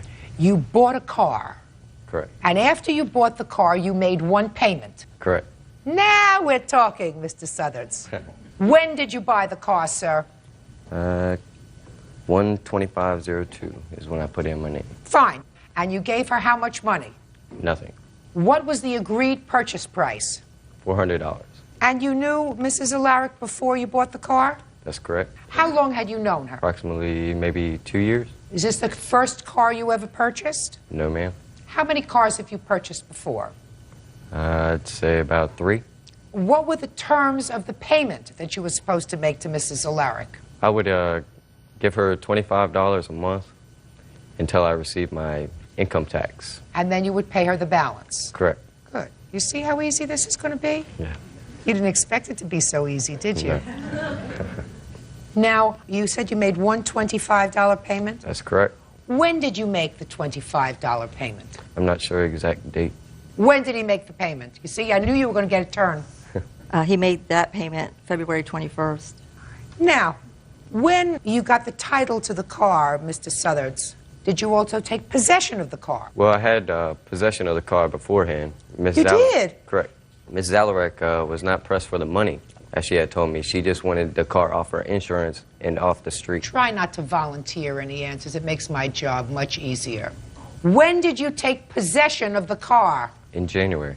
Before you got the title? Correct. And you were doing some work on the car? Correct. Was the car running or not running when you purchased it? It wasn't running. So you had to do some work to put it in a running state? Correct. So it wasn't a surprise to you if the car could not be driven, that work had to be done on the car? Correct. Bird, this is like shooting fish in a barrel. Take your time. January 25th, then, not only did you have the car, but you had the title. You made a payment February 21st. Now, sir, I assume that you have received your income tax refund back. Is that right? That's correct.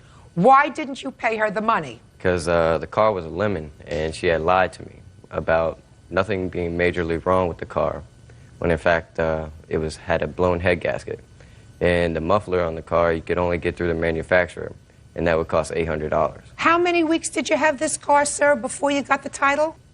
Maybe 3. Well, in the 3 weeks' time that you had the car, sir, before you got the title, did you know it needed a muffler? At that time, no, until I got out on the road to get inspected. So you had the car, you were working on the car, you put it in a condition where it would run, go from here to here. Correct.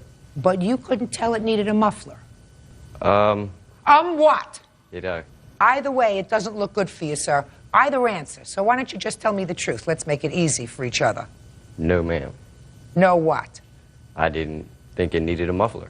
Well, if you didn't think it needed a muffler, and you're a guy who's bought 3 used cars and was fixing them up yourself, what makes you think this lady, who probably the only thing she knows about cars is putting a key in an ignition, turning it on, and maybe turning on a radio station, what would make you think she knew it was a lemon? I talked to her husband. Her! You bought it from her. Okay.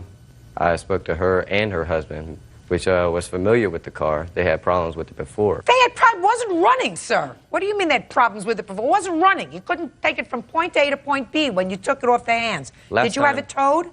No, I pushed it.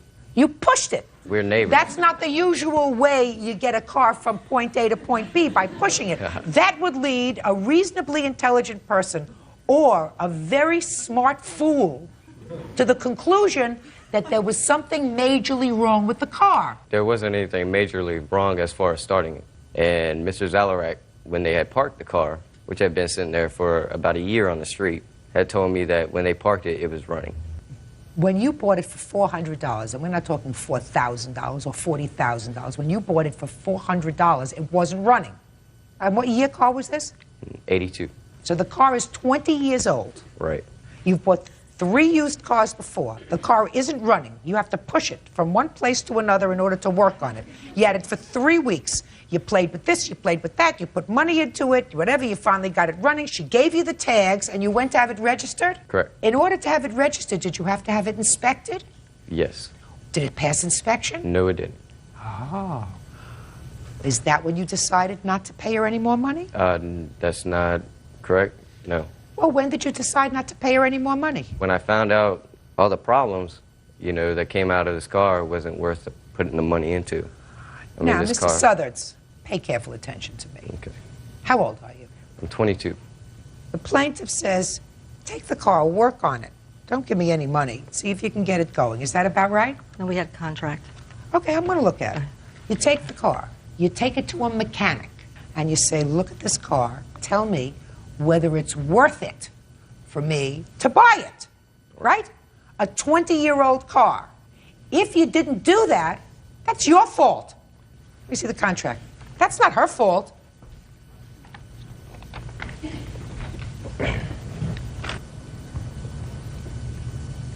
Well, this says he's supposed to put down $100. He didn't. No.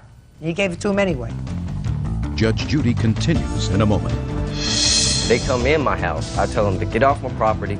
I don't want you here. She ends up getting in my face and pushing me. They're tag team partners. They've done it before. This is a family matters. Real cases, real people. Judge Judy. Cassie Zalaric and her daughter, Adina Heyer, are suing their neighbor, Andrew Southards, for the unpaid balance on a car. Andrew says both ladies are obsessed with him. Okay. So you owe him $375 for the car. That was the easy part. Now, let's get to the harder part. You claim that he filed false assault charges against you. I want you to tell me how that came about. On February 25th, he came over to our house and got into an argument with my mother about the car because he didn't want to pay for it because it was a piece of he said. There were some things that my mother wanted to talk to his girlfriend about, so she proceeded to go down to her house. He followed us up there. He went in before we did. He pushed my mother out the door and slammed the door on her. We asked Heather, his girlfriend, if we could come into her house, and she said yes. She wanted to know what was going on. Andy was very outraged that we had went down there. What'd you go down there for? She's been harassing my daughter, trying to date her and all, when he's supposed to be with this girl engaged to her. What's that your business? What's that your business? Him harassing my daughter? No, him trying to date your daughter. Well, he was also calling me, asking me if I thought my daughter would date him, and... That's fine. The reason you went to his girlfriend's house is to make trouble, right?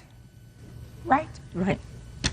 Because his girlfriend isn't a police officer. If he's harassing your daughter, what you do is you call the police. If you want to be a troublemaker, you go to his girlfriend's house. All right, but now you're there. You're at the girlfriend's house. Girlfriend invites you in, he slammed the door. Let me hear about these charges that he made against you. He was screaming and hollering at me and calling me an easy, a skank. He was just very outraged. And the whole problem was because the week before, he was continuously calling me on my cell phone, calling my house, asking me to go out, and I told him no. Why did you go to his girlfriend's house? Because my mother went down there, and I wanted to make sure that everything was okay. Donna? I'll get to you in a minute. Okay. Now, is this where the alleged assault took place, at the girlfriend's house? Yes. Now you can tell me what the assault was, sir. Okay. This is all out of revenge because I didn't want to mess with their daughter. They're both, I mean, they like me or something. Get to your girlfriend's house. Anyway, I don't know why, sir. Get this to is the girl. also You're my at the house. girlfriend's. This is also my house. Oh, your house, your girlfriend's right. This house. is where I live. Good. Okay. They follow me down to my house. They come in my house. I tell them to get off my property. I don't want you here. They're tag team partners. I mean, they've done it before. This is a family matters. Anyway, they come in my house without asking anybody to come in. My girlfriend says, okay, they're here already. They're raising a ruckus. Neighbors are out in the yard. They're cussing, swearing. Yeah, I did call her those names, but if the shoe fits, wear it. I mean, hey, that's how I look at it. But as we get in the house, you know, that's my house. I had to say what I had to say. I told them to leave. You know, my girlfriend said, well, I'll hear the story, then y'all need to leave. They carried it on still. She ends up getting in my face and pushing me over a playpen, which my 1-year-old daughter at the time is in. Okay, this is when I decided to call the police. So she pushed you? Correct. What hospital were you taken to when she pushed you? I wasn't taken to a hospital. The fact is, I almost... What doctor did you see as a result of your injuries? No doctor. What medical treatment did you receive from EMS when they arrived at the scene? Nothing. As far as assault... May I see the photographs of your injuries? No photographs. What are you laughing at, you idiot? What are you laughing at? It's a point that there doesn't have to be marks to be assaulted. Yes, there does, sir.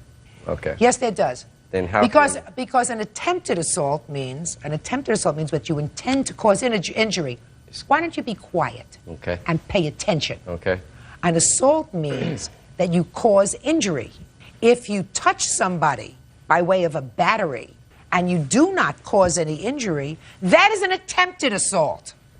So you had no injuries, is that right? No. And after you got pushed into the playpen, they left? No. They stayed and continued to argue? Correct. After I asked them to leave continuously. All right, now let's get... I have statements that have been notarized from a girlfriend. I don't read statements notarized, sworn to, in blood. Well, they couldn't be here to testify, so... Why? Are they in the military? No. I mean, I have a child. Just answer my question. Okay. Are you married to your girlfriend? Not at this time. Planning. And this is a house or an apartment? An house. Who lives in the house? My girlfriend. We have 2 daughters and myself. 2 daughters? Correct. How old are the 2 children? One's 4, and one's a year and 4 months. Now, is there a lease in the house? A lease? Yes. Lease for the house? Correct. Whose name is the lease? It's in her name. Right. Who pays the rent on the house? Both of us. Does your girlfriend receive any state aid for the children? Or for herself? No. So she does not receive any public assistance or welfare for the children? Not to my knowledge. What? Not to your knowledge? No. I don't know. I don't know. We can start back over. I want to know if you've been living there for 2 years, sir. Okay. And you explain to me why, just out of curiosity, and I want you to again understand. Okay. You're younger and better looking. I'm older and smarter. Okay. Explain to me why the house isn't in both your names. Is not an answer. Okay. At the time, we were having a lot of disputes, and we didn't know if we were going to be together or not. So I was not trying to get stuck in a situation where I ended up paying on a house that I might not live in because of our relationship. You still had children together. Who was supposed Correct. to pay for the children? I take care of my children. Oh, sure you do. I do. Oh, That's right. my #1 priority. #1 priority. Real cases, real people. Judge Judy. Cassie Zalaric and her daughter, Adina Heyer, are suing their neighbor, Andrew Southards, for the unpaid balance on a car. Andrew says both ladies are obsessed with him. Okay. Listen, what happened as a result of these baloney assault charges that he filed? I missed several of my classes in school. Big deal. You had no reason to go there. You had no reason to go there. Yeah. You had no reason to go to his house, whether it's his house or his girlfriend's house. Yes. Whether they're playing hanky-panky with the government or not, who knows? You and your mother had no reason to go to the house, and when he told you to leave, you should have left. And whether you were charged with trespass or you're charged with an assault or an attempted assault, whatever, you weren't convicted of anything. So your claim for false arrest is dismissed. Do you understand? Yes, ma'am. But you're entitled to your car money back, $375. Judgment for the plaintiff, that's all. Parties are excused. You may step out. I don't want nothing to do with them, and they're obsessed with me. There's no way I would ever want to be with somebody like him. Phone calls from the mother and the daughter, how they want to get out with me, and, you know. That's outrageous. One time I was taking a shower, and the mom called and said, "What are you doing?" I said, "I'm taking a shower." She said, "Well, can I come over and help you?" I just don't know where he's coming up with those. And now the next case. All parties in the matter, Stavitsky versus Pickett. Step forward, please. Homemaker Karen Stavitsky is suing her best friend's estranged husband, technician Tim Pickett, for an unpaid loan for an engagement ring. Miss Stavitsky, the defendant became engaged and then married your best friend. That's correct. Is that your best friend? Yes. So you and the defendant were married at some point, or still are married, but in the process of divorcing. Correct. Is that right, sir? Yes. When did you become engaged, sir? December 21st, I believe it was. Of what year? 1999. And you wanted to buy your fiancé an engagement ring, Yes, Your Honor. but you didn't have enough money, so that the plaintiff lent you some money. Yes. How much money did she lend you? $1,678.95. Is that the total amount of the ring that was purchased? Yes. Tell me about the conversation that you had with her with regard to her making this loan to you. Well, we had come to an agreement that I would pay her $100 a month until the ring was paid off. She was very nice. Yes. Well, the lawsuit is all about this. They got married. When did you get married? June 17th of 2000. And you were making payments on the ring. Yes. You still owe some money on the ring. Yes. And you say, I'm not paying for it anymore. Right? Correct. Get it from her. That's your position. Yes, Your Honor. Explain to me how that works. Not long after the marriage, we were having financial difficulty, and Karen was aware of this, and we had talked, and she agreed that what I could pay her as often as I could, I would. Since the divorce was filed, I haven't been able to make any payments because of the payments that I'm making as far as covering bills and child support, and now Karen has filed suit against me for the outcoming of the ring. Well, why should she be out the money? Well, she shouldn't be out the money, Your Honor, but the cause of the divorce, I mean, my children were verbally assaulted, and I'm sorry, I don't stand for that type of treatment to children, so I had to leave the home. Well, your wife's not the plaintiff in this case. She's the plaintiff. She was a nice person. She lent you money so that you could buy a ring because you were in love with this girl. You wanted to give her a ring. You said, I don't have the money. Lend it to me. Yes, Your Honor. She lent it to you. Right. And now you're in your answer. You say, I don't have the marriage. I don't have the ring. I don't get to look at the ring. Well, and therefore, I don't have to pay for the ring. Go ahead. Your Honor, I've requested that the ring be given back or to be sold to pay off the loan on the ring. I know that's what you requested, but why do you think that you're entitled to that? As far as a wedding ring to me, Your Honor, it represents... Engagement ring, not wedding ring. Well, it's an engagement wedding ring set. Okay. Is honor, trust, which was broken in the marriage. By her? No. That's why I requested the ring back, so it could be sold to pay... You don't get Karen it the back. money. You don't get an engagement ring back once you've been married. You get an engagement ring back if you're not married. An engagement ring is given in contemplation of getting married. It has always been my position that if the engagement is broken, whosever fault that is, the ring goes back to the person who gave the ring because there's no contract. But once you get married, what you're suggesting is all those people who get divorced, the ex-husbands get back the engagement ring, whether they're married for a year or 2 years or 25 years or 30 years or 50 years, they get back the engagement ring. Is that your position? Yes. Wrong! How much does he owe you on the ring? $978.95. Judgment for the plaintiff, that's all. This is case number 235 on the calendar in the matter of Holmson versus Miles. Parties have been sworn in, Judge. You may be seated. Sir, have a seat, please.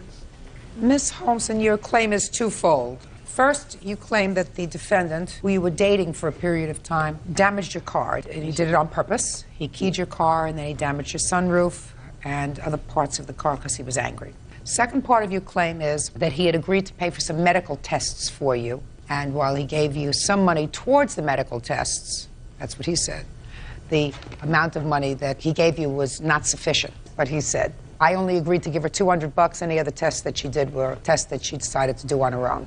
Is that right? Correct, Your Honor. You also, Mr. Miles, acknowledge that you did cause some damage to the car, but you say that you did pay for that damage, and you're going to prove that to me, right? Correct. So, how long were you dating before you got into this argument with him? I met him on Valentine's Day, and he did the damage to the car when he keyed the car in April. April of what year? Of last year. So, in April of 2001, he keyed your car? Yes. Tell me about that. Okay, we got in an argument due to, because we were dating, and a woman had called the home, my home.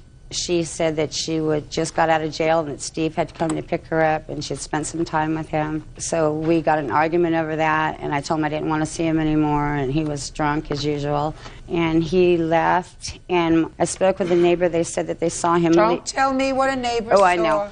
I personally didn't see it, but he laughed at me later to my face and said, ha, ha, ha.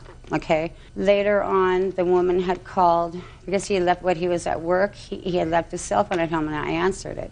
And it was the same woman. Well, this woman was all messed up or something, I don't know. She stated that she had had sex with Mr. Miles. That just hurt me so bad. So I told him that due to the fact that I found out that she was a prostitute and coming out of jail, that I wanted to be tested because I wanted to leave him, and that was only fair. So he admitted that it was his fault, but much in fact he owed me that he would take me to the doctor and pay for all doctor bills. When we went to the doctor, he didn't give me any money. I haven't received a dime. My doctor bills come to $790.50. And at the end of it, it was so ugly when he moved in with me in my apartment on Grant. You're rambling. Okay, no. It's very, no, Your Honor. You're rambling. Okay, all right. Anyway. So let me understand this. It's simple. Your car was keyed, but you didn't see him do it.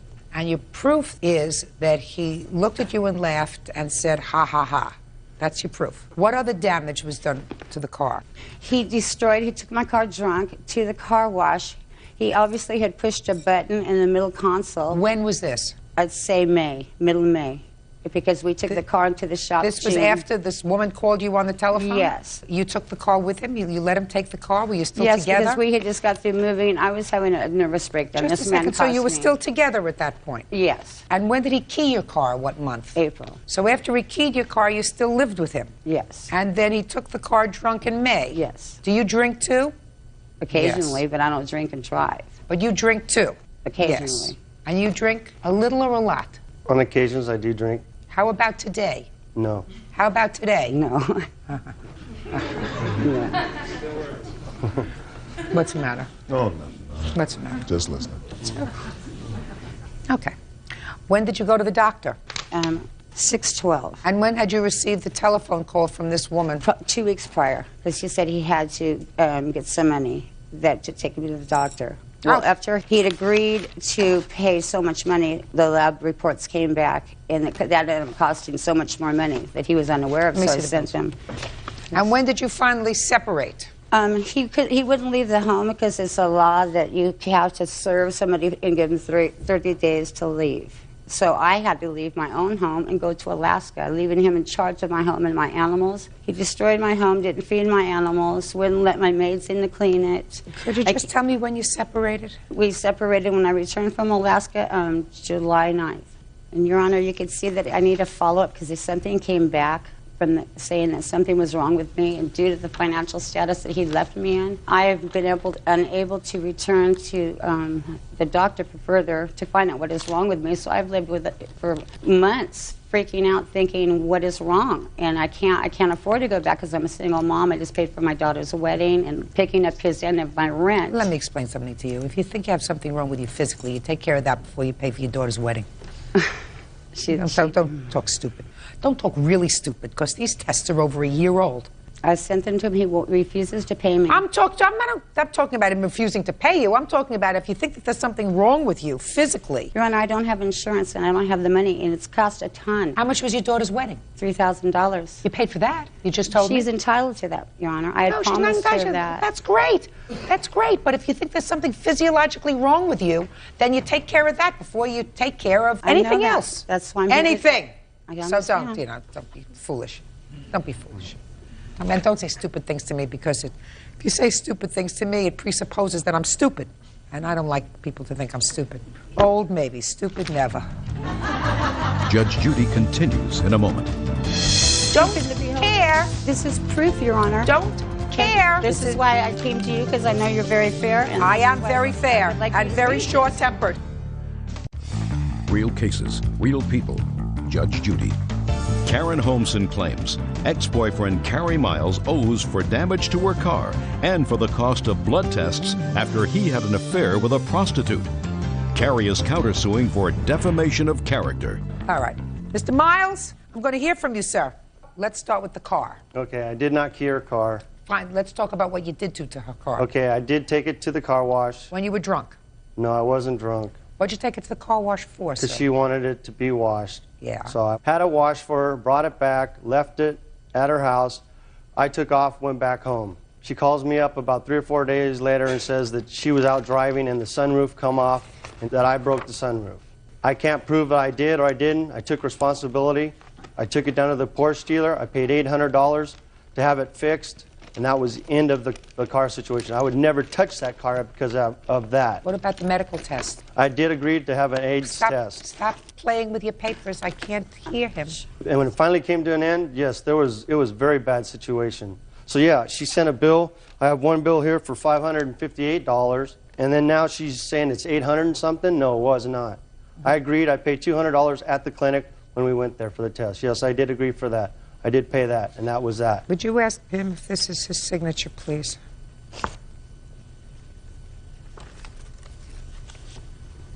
No, it is not. Or wait, yes, it is. Would you read what that says? It says, I, Carrie Stephen Miles, will pay Corinne $350 on Friday 18th and $25 and take you to the doctor on Tuesday the 22nd. So did you give her $350? Yes, I did. Show me. I don't have a receipt for it, Your Honor. Well, show me a check. I don't have a check for it. So?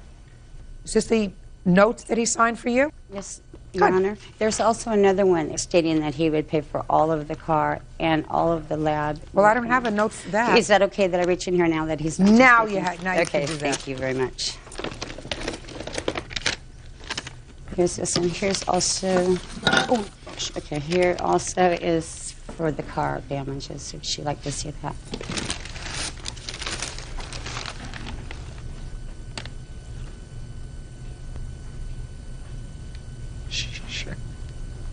Sure, that note. Could I give you a bailiff this, ma'am? No. It's your signature, right? Yes, it is. Well, would you explain all that to me, sir? Yes. At that time, when this was all coming to an end, I did write that. Why? It says here Because that you promised to pay her $430 for the damages to the car, $50 because something that you owed her, for doctor bills for a full exam and lab work done, and will pay $400 and no cents for rent before July 1st, 2001. And then you signed it. Okay, at that time, I signed it to get her out of my life because of the things she has been caused in my life. She sent flyers all through my work. Just a minute. You're coming to your counterclaim, sir. I'm going to get to your counterclaim in a second. You signed these IOUs, right? Yes. You stuck with them. Okay. You should just show that to me at the beginning. I didn't have to listen to all this nonsense. Your Honor, this is my car. This is for the car. My estimate is $6,200. I don't care what your estimate is. $430 is what I have a note for. Period. Period. End of discussion. End of discussion. This is proof, Your Honor. If you would read this further, because they fixed the car, they sent it back. It was malfunctioning. They did further research on it. They saw that he smashed it, so they had to get a whole new sunroof. And here's all the repeats. It's all in me. Don't care. Don't care. This is what, it's my life and my car. Then you should have pursued your remedies sooner. This is what you have a note for. This is why I came to you, because I know you're very fair. And I am very fair and very short. short-tempered. Now, let's get to your counterclaim. Your counterclaim says that because she was very angry with you, put some flyers up around town that caused you a great deal of stress and discomfort. Yes, Your Honor. Do you have one of those flyers? Yes, I do. I'd like to take a look at it. Listen, if there's not quiet. And I also have a witness that was present at my work when they were put all through my work at a bar that I was at. Just a second. Now, this is a very, very nasty flyer. Did you do this flyer? No, I did not, Your Honor. Well, it is certainly nasty. I bet he did it himself. What? He probably did it for himself. Why would you say that? Have you seen them? I don't know, because he's already told me that I did this and that, and I haven't. Listen to me. I'm asking you a question. Did you or did you not? No, I did not. Put up a flyer of him? No, I did not. Okay. You have a witness that you say saw her put this flyer around? No, that seen the flyers at my work. But didn't see her? Didn't see her, no. It was done early morning when we were all inside working. What proof do you have, sir, that she did it? I have a letter that matches her handwriting there, and I also have, I know where that picture came from that she cut out and put on those. That picture was taken when we were out to dinner one night at a photo booth right by the restaurant we went to. And then she pasted my face onto those.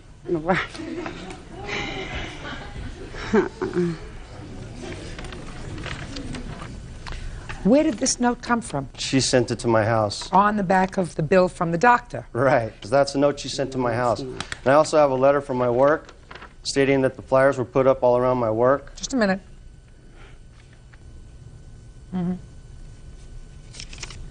You put these up. No, I did not, ma'am. You sure you did? No, I did not. I think you did. I know that I didn't. I think you did. Your Honor, I also have a letter from my work stating that they were posted all throughout my job. Let me see it. No, I think you did. Could I look at Could I look at what I supposedly did, Your Honor, please? Sure can.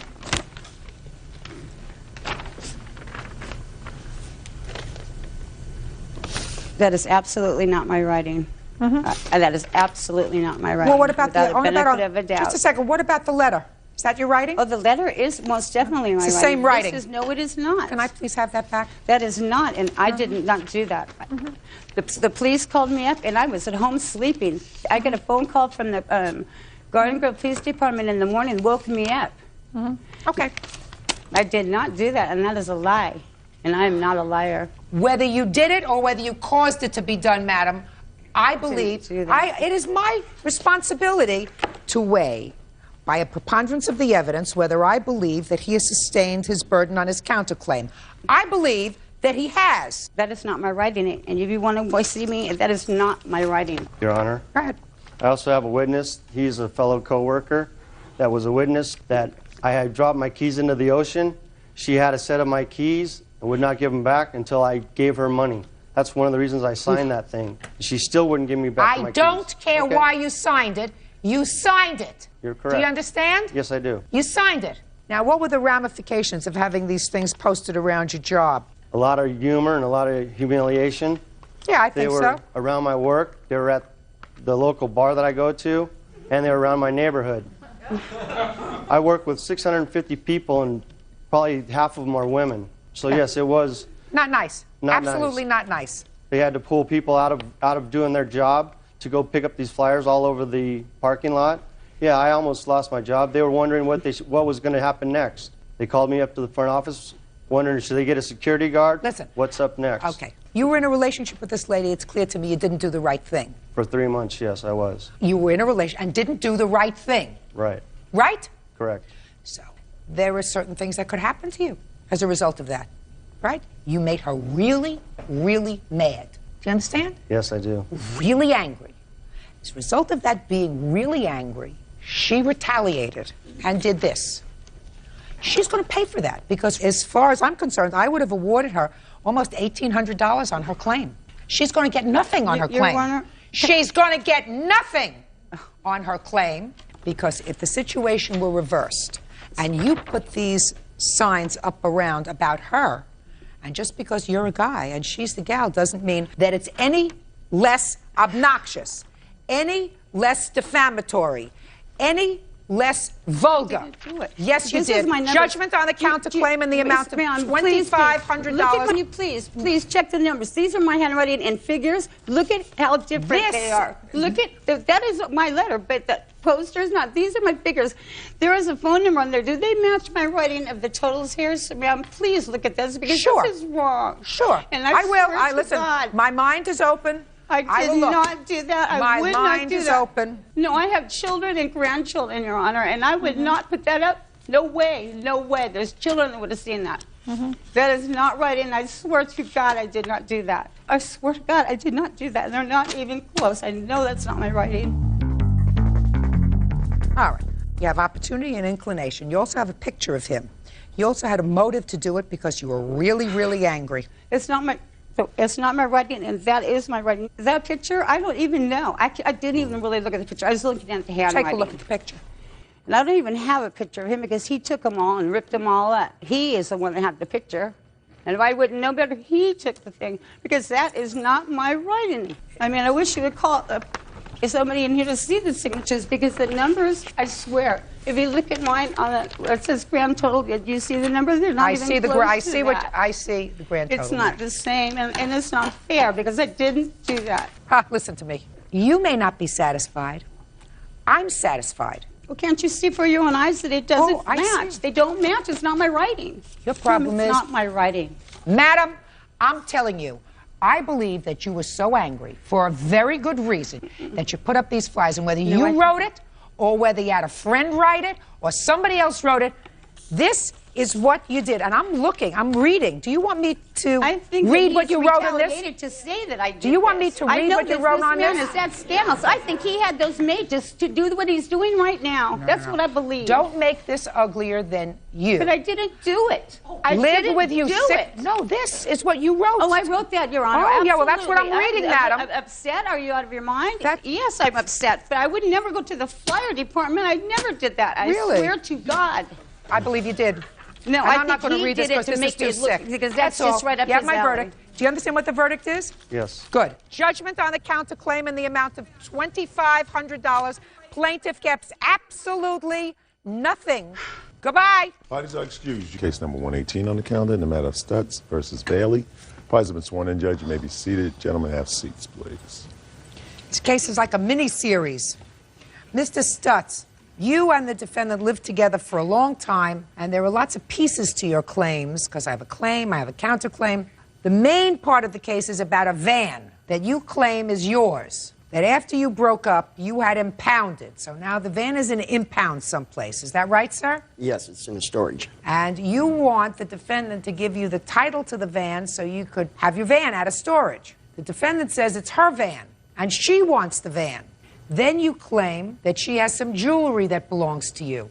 She says she has one piece of jewelry that belongs to you that she's prepared to give back to you. And what is that, madam? The ring his father had made for him. Can I see it, Bird, please? Sure. So let's take care of the simple things first.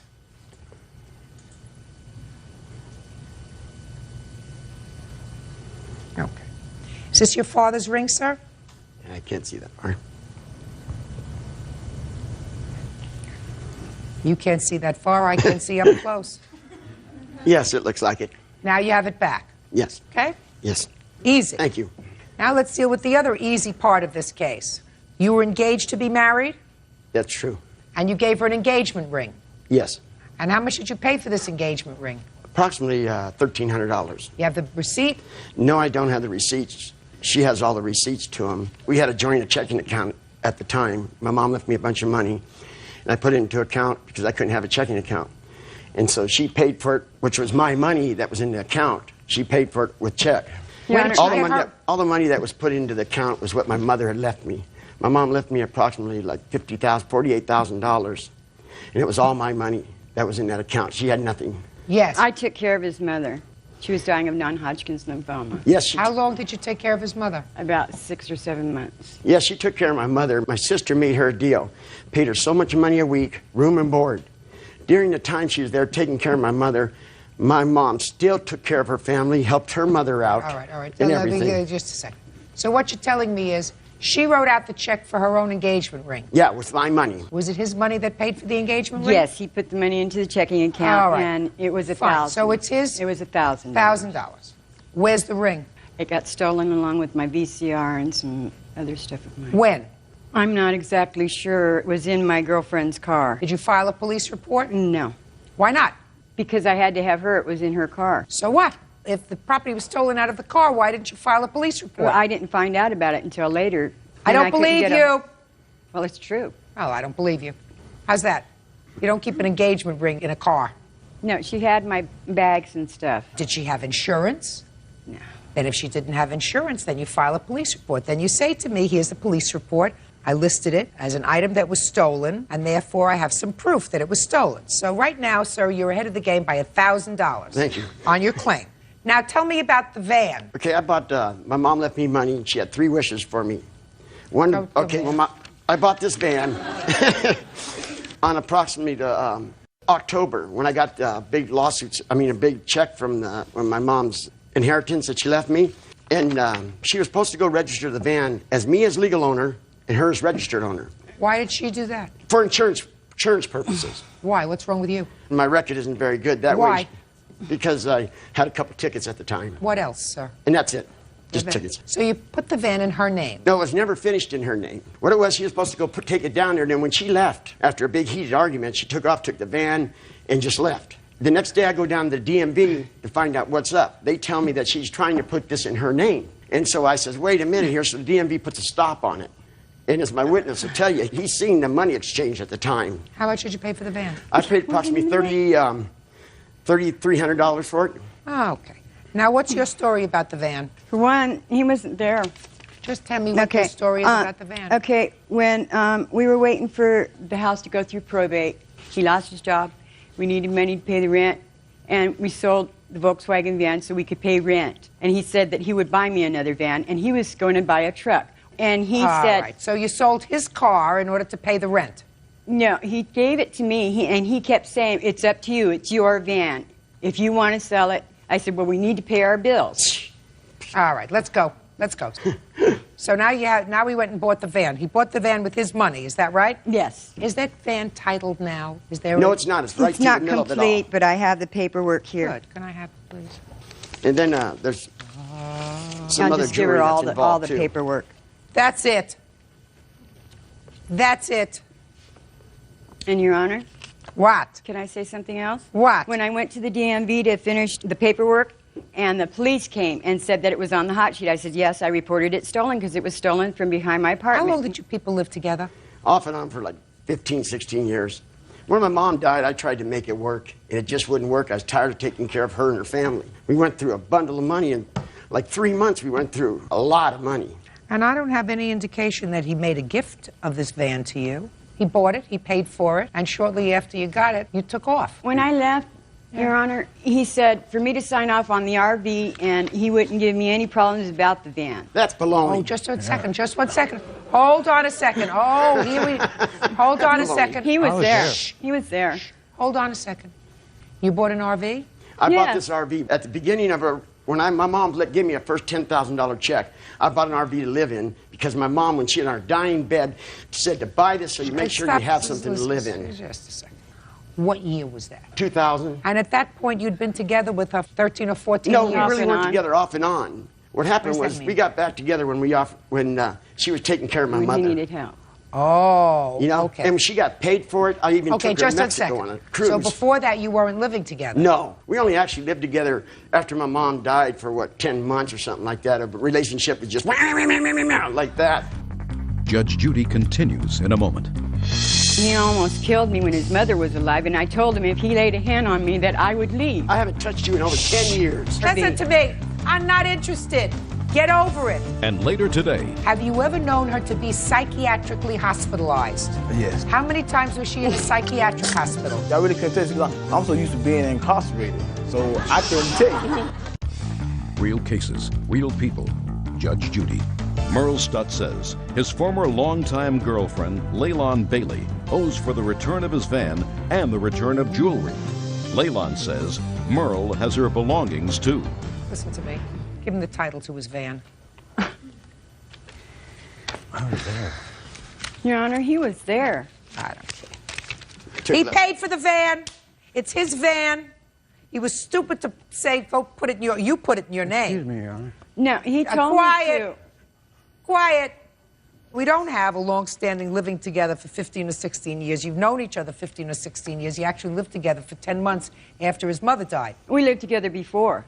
And he almost killed me when his mother was alive, and I told him if he laid a hand on me that I would leave. Then why did you I go haven't back? touched you in over 10 years. Then why'd you go Until back? in the RV. Listen to me. I'm not interested. Get over it.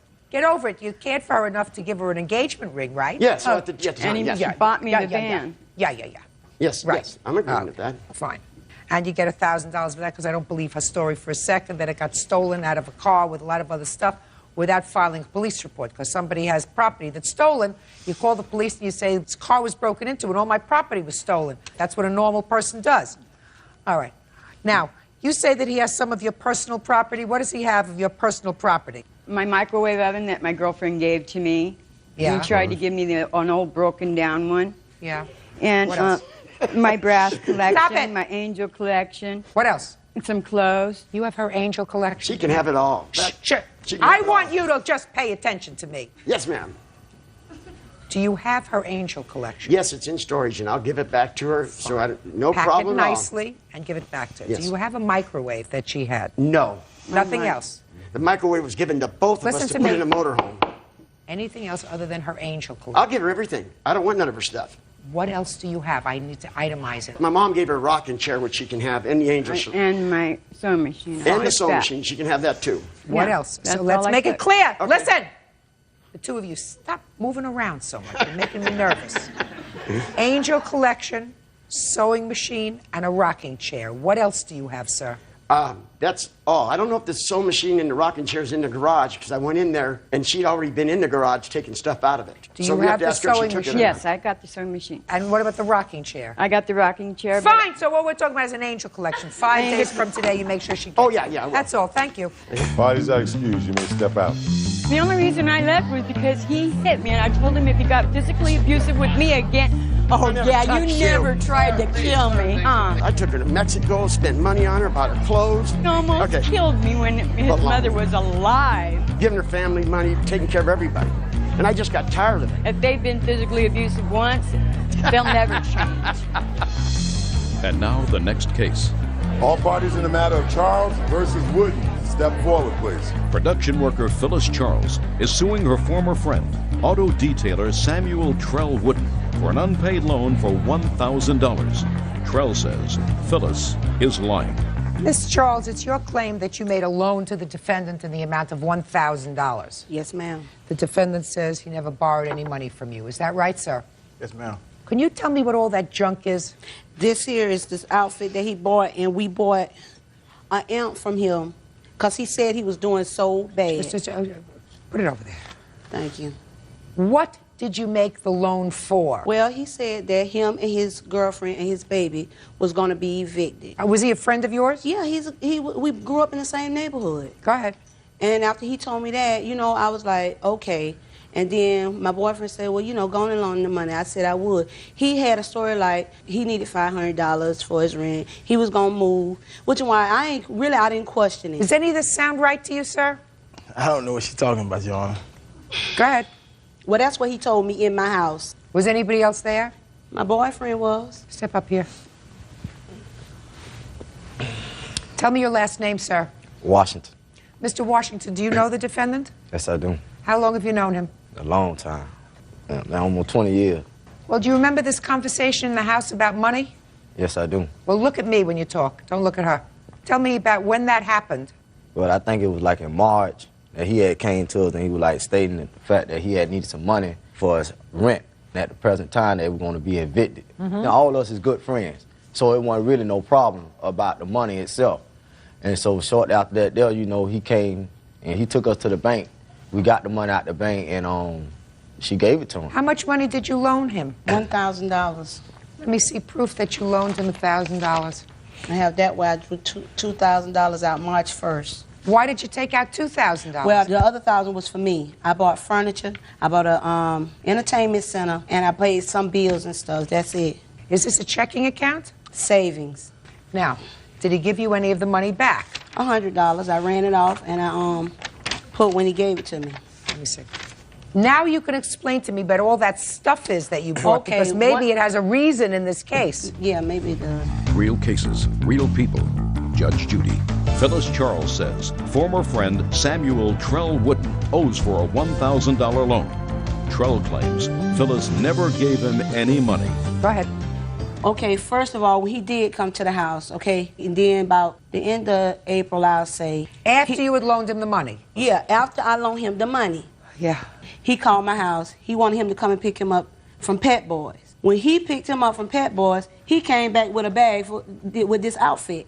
And then I had him to call.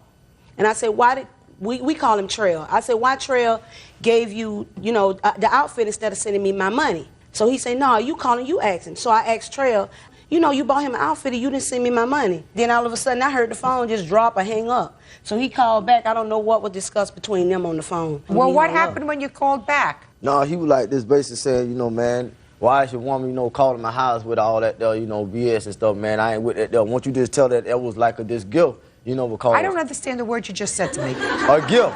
I want to know what was the discussion that you had with him after your fiancée when gave she you called, a hard time. When I called back, right, and he got back on the telephone, I told him, man, what's happening? He said, man, look at him. Don't have your woman calling my house with all that bullshit. That's what he said. And so I was like, well, man, the girl want her money. And she hot about the amount about the money, We bought the outfit and I already knew it was going to happen like that, though. So then me and him, we felt went to talking about the issue. Then that was it. That was the end of the conversation. All right. Did you have that conversation with Mr. Washington? No, listen to me. I want you to remember the conversation that you had with Mr. Washington. Did you speak to him about having his fiancée call your house? I did speak with him about that. And you told him to stop having her call the house? That's right. And she was calling the house about what, Mr. Wooden? That I don't know. It's just something she just come up with. You know what I'm saying? Calling my house, talking about some money that I borrowed from her. Number one, Your Honor, I don't have to borrow no money from them because most of the time I wind up, like he going to jail, I'm borrowing him out of jail. If she got $1,000 to give to me, why she can't go bond him out of jail? All right, you had a conversation with Mr. Washington. Do you remember hanging up on the plaintiff? That's right, I remember that. Because she was bothering you about money. That's right. And you've known her for how long? 24, 25 years. I've been knowing her for a long time. For a long time. So now she's calling your house and bothering you about money that she says you borrowed from her, that you owe her. Is that yes, right? That's what she's saying. That's what she said? Mm. Now, in the 24, 25 years that you've known the plaintiff, have you ever known her to be psychiatrically hospitalized? Yes. How many times was she in a psychiatric hospital? To be honest with you, I really couldn't tell you because I'm so used to being incarcerated. So I couldn't tell you. Mr. Wooden, listen to me very carefully, sir. Do you know what I mean by psychiatrically hospitalized? In the hospital because you're nuts. She is. Shh. Have you ever been psychiatrically No, hospitalized? ma'am. Of course not. No, ma'am. Of course not. So she's not crazy. Thank you. So, Miss Charles, you've seen my courtroom before? Yes, ma'am, I have. So you know a few things. You know what I always say. If you're going to make a loan to somebody, you put it in what? Writing. Right! And you didn't do that. Yes, ma'am. Correct? So that Yes, was a big ma'am. mistake. Right. So you didn't learn really well. Right. So now you put me in the position of having to make a decision as to whether or not you loaned him money, because he doesn't say it was a gift, he doesn't say it was a payback. Yes, ma'am. He says, she never gave me any money, right? Yes, ma'am. That's why we put things in writing when we make a loan. Right. Because now I have to decide whether or not Mr. Wooden is a liar. Right. Or you're a liar. Right. Now, Mr. Wooden, Yes, ma'am. this lady you've known for 25 years, and she's not crazy. She is crazy. Shh. No. About my money, No. yes. She's not crazy. What she is angry. For what? Because you borrowed money from her, sir. Nah. Yes, you did. Oh, yes, you did. There isn't a reason in the world that I can think of, unless you can tell me the reason, why this lady who's known you for 24 years, or her fiancé who's known you for 20 years, would concoct this story about $1,000. She could have said, I lent him $2,000 because she withdrew $2,000 from her bank. She didn't say, I lent him $2,000. She said she lent you $1,000. And he was a witness. And she kept calling you on the telephone to say, where's my money? And then, and this you verify, she got angry when you went and bought the fiancé an outfit. She called you again. Why are you buying him an outfit if you owe me money? Give me the $25 or the $30 that you spent on his outfit. What are you giving it to him for? And then you hung up on her. And then he called you back, and you said he called you back. You see, little pieces sometimes make the truth. So you owe her $900 because you already paid her back $100. Judgment for the plaintiff. Put it in writing. I will next time. That's all. Your Honor, case number 248 on the calendar in the matter of Morissette versus Morissette. Parties have been sworn in, Judge. Be seated. Folks, have a seat. Miss Morissette, the defendant is your father, and you're suing him because you say he didn't do the right thing with regard to a car that you paid a lot of money for that was in his name, and he took the car back, and he didn't have any reason to take the car back, and you want him to give you back the money that you put into the car, which was $3,000. Is that right? He had reason to take it back, but I just want my down payment back. That's sort of interesting. You say he had reason to take it back. So I mean, let's well, he didn't really have... Shh, just a second. You put $3,000 down in the car, is that right? Yes. Is that right, Mr. Morissette? No, ma'am. It was $2,500. Okay. Let's say she put down $2,500. Why don't you tell me the reasons that you think that your father took the car back? How long did you have it, by the way? From 97 to September of 2000. And he took the car back in 2000? So what took you so long to get to court? Because I had found out that my father had said once he paid the car off, he was going to return the car to me so that I can have transportation. Once the car was paid off, he never returned the car to me. So in 1997, you put down $2,500 in the car? I put down $3,000. I saved up $3,000 for Let's say you put down payment. $3,000. That was in 1997, 5 years ago. And you drove the car from 1997 to when? Till September of 2000. But I didn't drive it that whole time from 1997 to 2000. Why not? Because he took the car about maybe 4 times. Why? Within the whole time. Reasons: one, I had an accident one time in Fresno. How many accidents did you have? 2 accidents. Anybody hurt? No. Were you on his insurance at the time? Yes, I was. And how many cars did your father have? About 4. Well, yeah, 4, including mine and his Including name. yours, so his insurance went up on all of his cars, I assume, right? But I already Big time. stated before that I would get my own insurance. Well, did you get your own insurance? No, because he took the car. Right. How many years would you say you drove this car? Totaling about 2 years, because all the times that he took the car. So you drove the car for 2 years? Yeah. Who paid for the insurance? I did. Were you My up to- insurance was $120 a month. I was giving my father $150 actually, and he was making a $30 profit. But I always paid him every. Is that right? She paid the insurance, but that's not. She didn't give me no profit. So far she's paid, let's say, $1,500 a year to drive a car. Is that right? Yes. I also paid for when he took the car from me in September. I paid for the car. He started driving the car to work, and I was still paying the car notes while he drove the car. Really? In 1997, you were paying the car notes? Yes. Is that right? Yeah, she paid for 2 years on the car, like she I said. paid for more than 2 years. 2 years. Okay. 2 years she paid on the car. Go ahead. Okay. So it was more than just the down payment. Yeah, it was more than the down payment. She was driving the car. It was a party car. It was okay? not a party. Shh. I said, well, Chandra, the car is in my name. You can't let everybody keep driving this car. Everybody So what'd you drive say? the car. Oh, my friends. Them was her friends long as she letting them drive the car around. Them was her friends. Okay, well, I said, well, since this is in my name, insurance calling me up. They not calling her. They calling me. You're absolutely right, sir. So you took the car back. And I told her, I tried to explain it to her. Okay. Did you let your friends drive the car? Did you? Yes. So why'd you do that for? Father said, don't do it. Well, one time, the accident I'm at that risk. He says to you, I'm at risk. Everything that I have, I could lose because you're letting your friends drive the car. Yes, and he took the car from me those times. Listen to me. He took the car from you, but then at some point he gave it back. Yes, he did.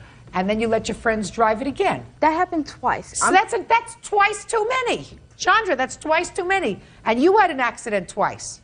And the 2 accidents that you had, did the insurance company say that they were your fault or the other person's fault? The first accident was not my fault. The second accident was my fault. Tell me about the second accident. The second accident, I was in Fresno. Someone else was driving a car. Someone else? Yes. Oh, Chandra, you don't deserve to have a car. Yes. You don't deserve to have a car, period. End of discussion. How much did it cost? Quiet. How much did it cost, sir, to fix up all these problems with your daughter? $40,000 on this car. $40,000. Show me.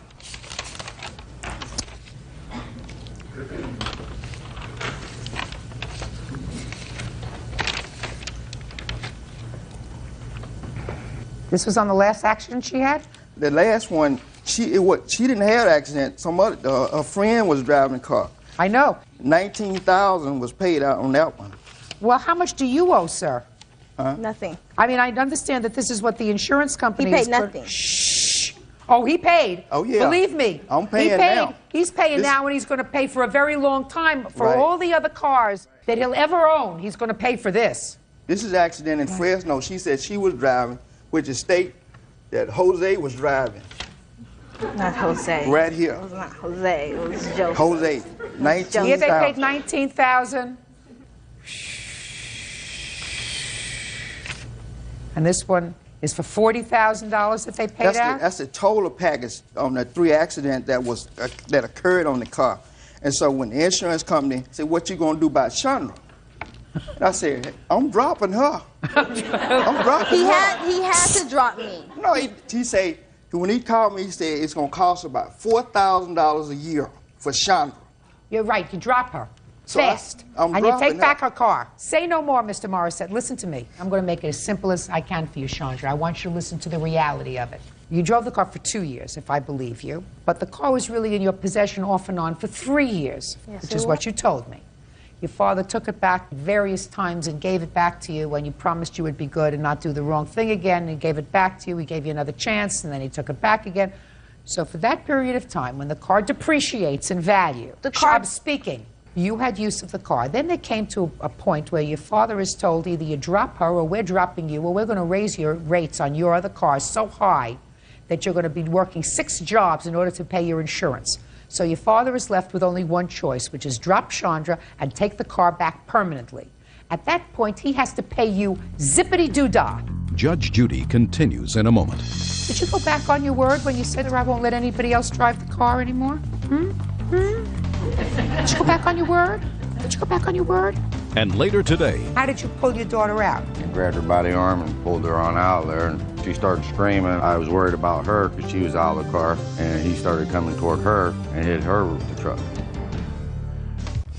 real cases, real people. Judge Judy. Chandra Morissette says her father, Freddie Morissette, illegally repossessed her car. Freddie says Chandra was allowing her friends to drive it. Miss Morissette, your irresponsibility placed him in a position of risk. The car had already depreciated in value the moment that you drive it out of the lot. Probably at least the amount of your down payment. And if you had done the right thing and had been responsible, your father would not have been in a position of having to take the car back from you. It's as simple as that. It's your fault. I know it was and my it's your fault fault that he he is took the car going to from me. continue. But my father had made an agreement that he would pay the car off. Once he paid the car off, he was going to give the car back to me in my name, and I was supposed to pay him. Then he went back on that. So, did you? No, I didn't, because I was paying him the whole time I was there. Listen to me. Did you go back on your word when you said to your father, I won't let anybody else drive the car anymore? Did you go back on your word? Did you go back on your word? Did it cause him a lot of trouble? Yes. Cost him money? Forever? As long as he drives a car and has insurance? You have a younger brother? Because according to you, he paid off the car and he gave the car to your younger brother. Yes, he did. I hope he's more responsible. It wasn't always like that. I mean, when he said that he would give the car back to me once I paid it off, I mean, that's what I thought was going to happen. So? So I had to continue paying for a car that he was driving. What was the last payment you made on the car?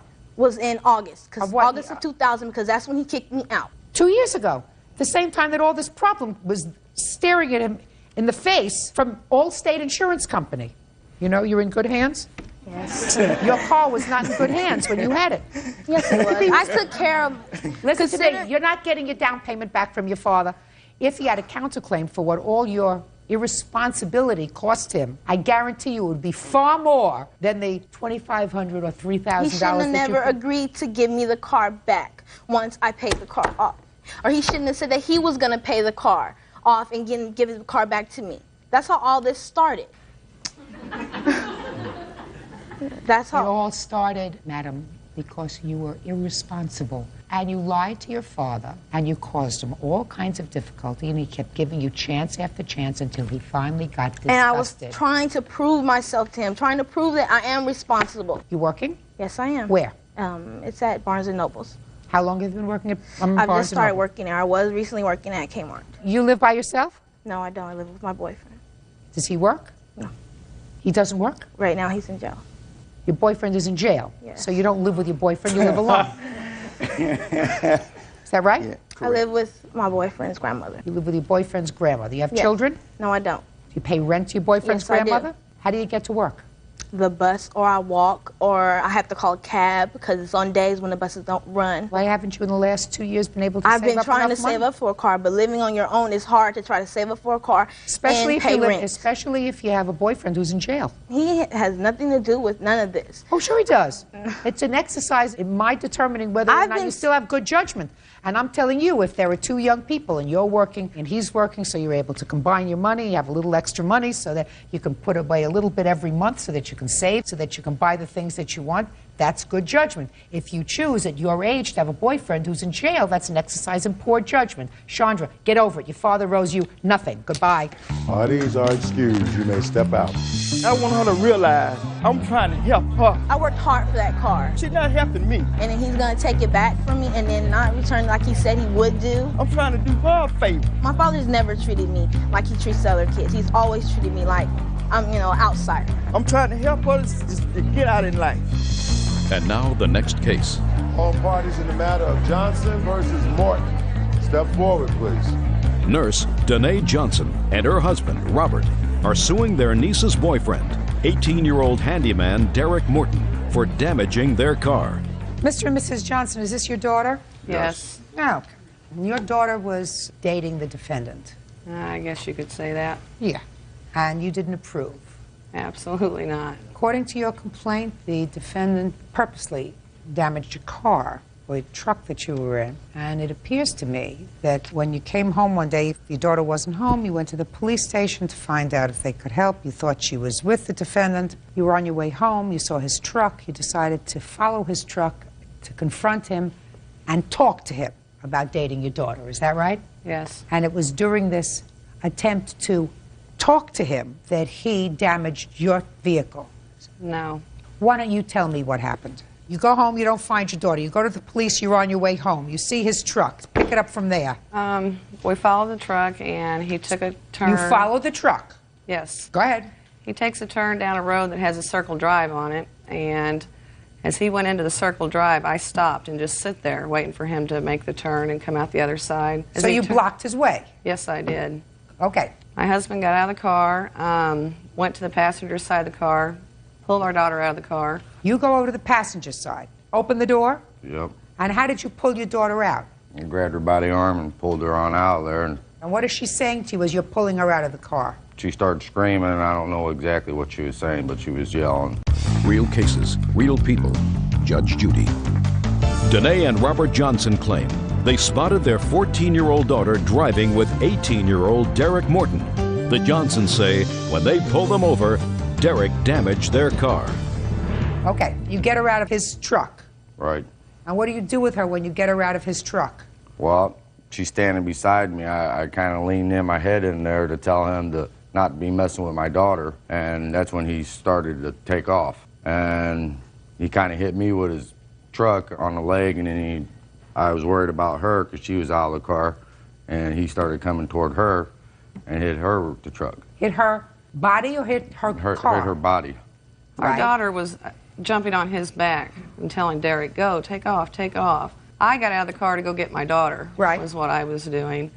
And to pull she started your daughter screaming. off your husband's back? Yes. Okay, go ahead. And she was yelling, "Take off, Derek, take off." And as I rounded the back of the car, he just floored it and was taking off. And I threw myself out of the way. He caught my arm with his truck, kind of spun me around a little bit. He went on down the road, and I was furious, to say the least. We all got in the car, and we're headed to the police station. And we get down the gravel road a little ways, and Derek's just kind of toying around, going 3, 4, or 5 miles an hour, you know. Not really fast enough that you could follow him, so I stopped and looked down to grab an ink pen to have my husband write down his license plate number so there could be no question who it was. And as I was looking down, Bob and Jennifer yelled, "Watch out, Mom!" And before I could look up, he had already thrown his truck in reverse, reversed into me, and then takes off again. That's what happened. So I was absolutely right.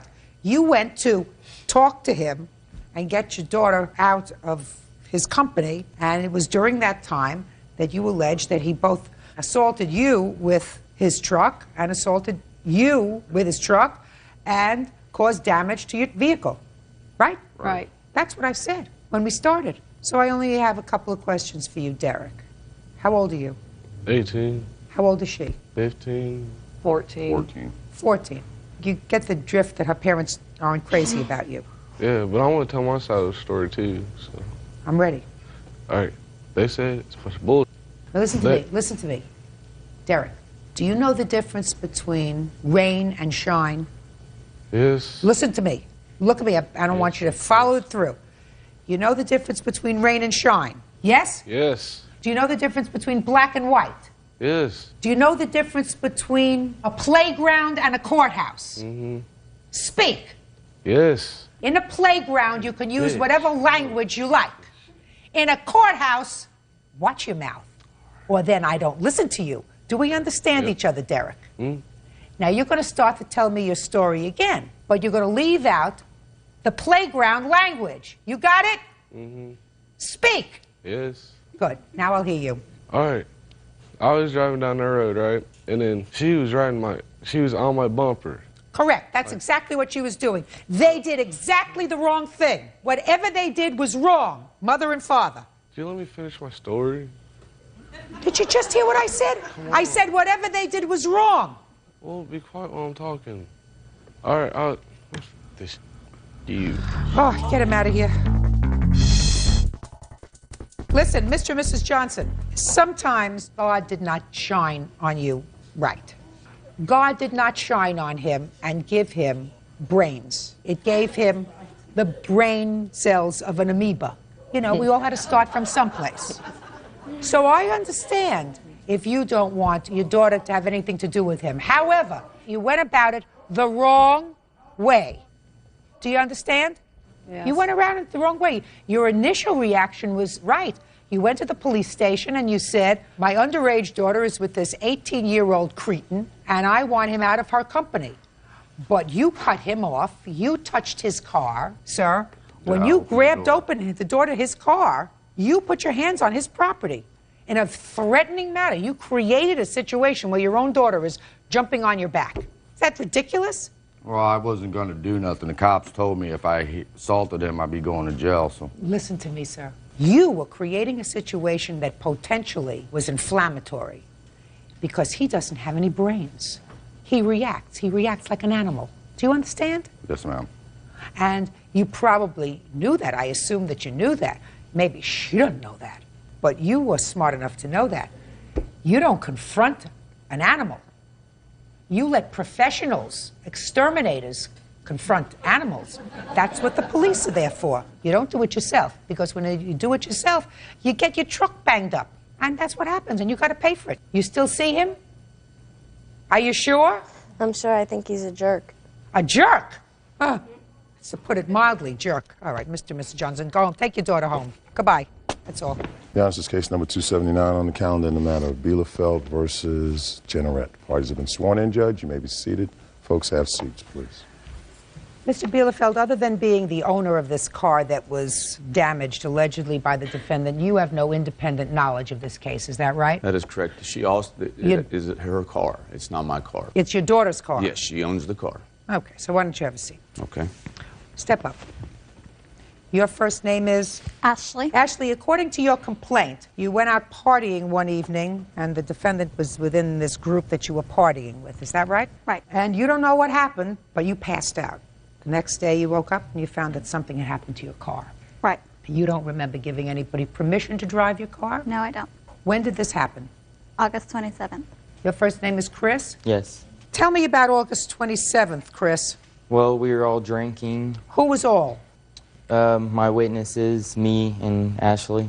These two people? Right. Just the four of you? Yes. Where were you drinking? At Jean's apartment. Who's Jean? Can I see a show of hands, please? Who's Jean? I'm Jean. Good. Go ahead. Okay, we were there drinking.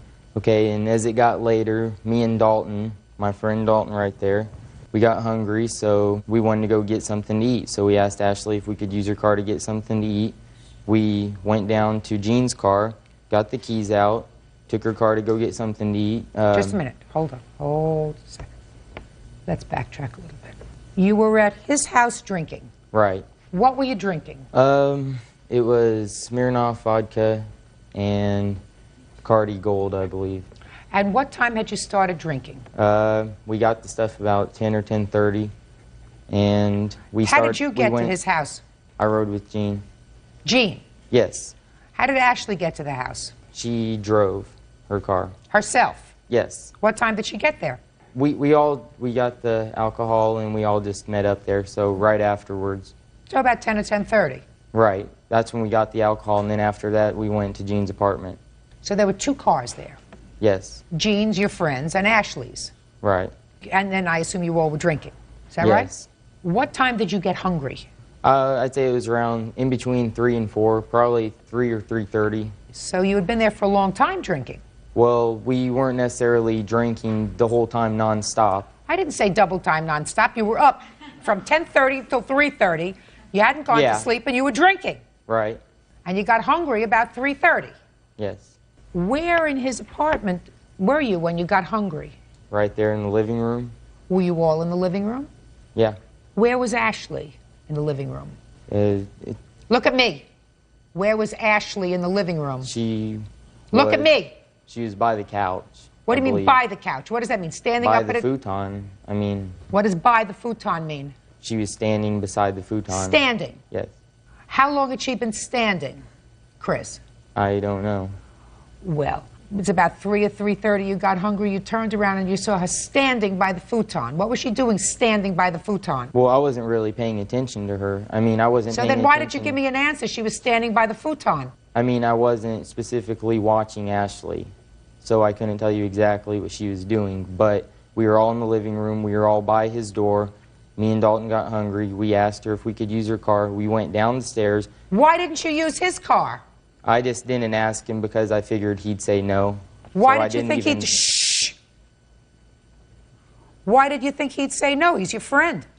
Well, because he's a little more picky about his cars, so... What does that mean? Explain that to me, Chris. What do you mean a little more picky about his cars? He really doesn't like to just let people borrow them or Especially nothing, people so who have been drinking.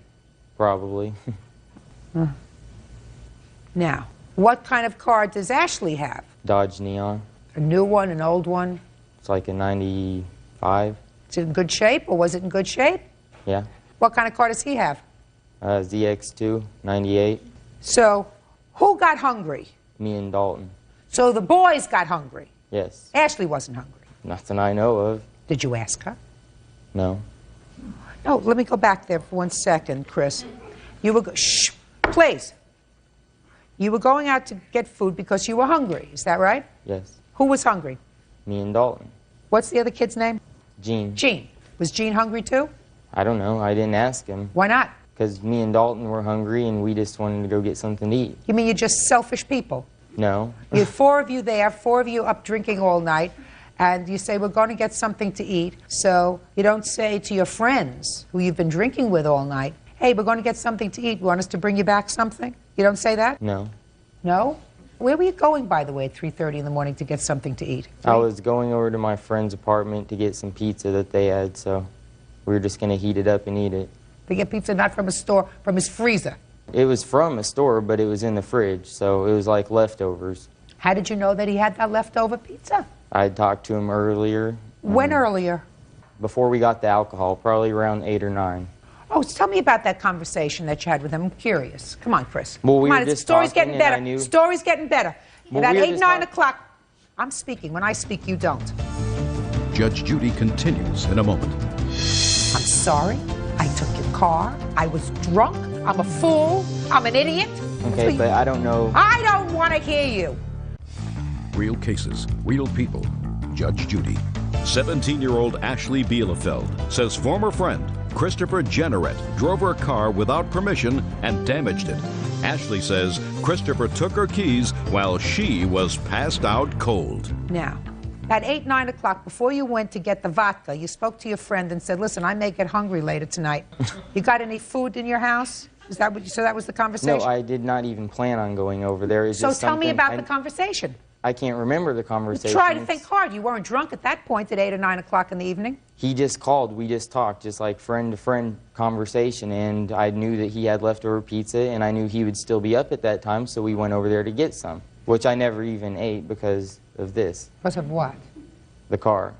Well, now tell me what happened with the car. You went over to Ashley and you asked her for the keys when she was standing next to the futon after having been drinking from 10:30 until 3:30 in the morning. Right. And she said, sure, take my keys. She gave you the keys, is that right? Yes. And you got into the car. The keys were in Jean's car. You went down to Jean's car and got the keys. Right. What were the keys to Ashley's car doing in Jean's car? I have no idea. I just know that the keys were in Jean's car. How do you know that? Well, okay, we went joyriding for a little while in Jean's car, all 4 of us. We drove around. When did you do that? This was before we got food, but after we started drinking.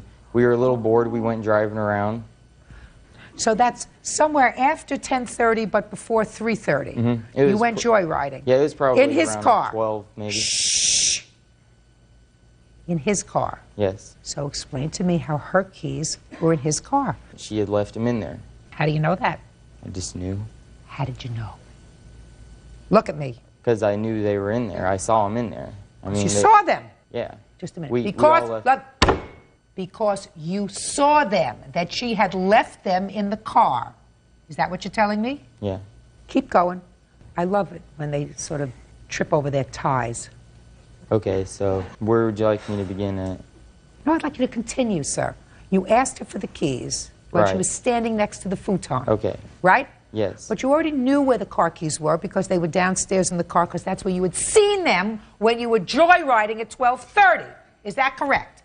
Yes. Yes. All right.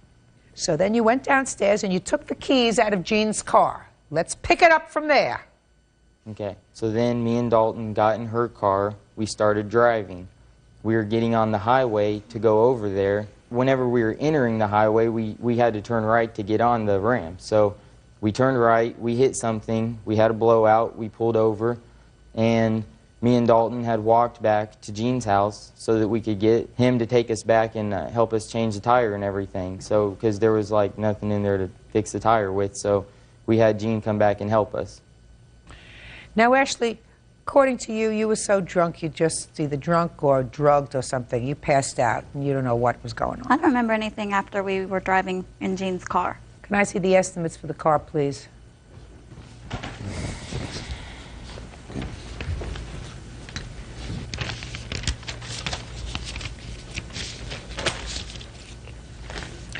Now, Mr. Jenneret, I am going to sum up the credible parts of your testimony, sir. And maybe this is a good lesson for you. Just because people are older doesn't mean that they're stupid.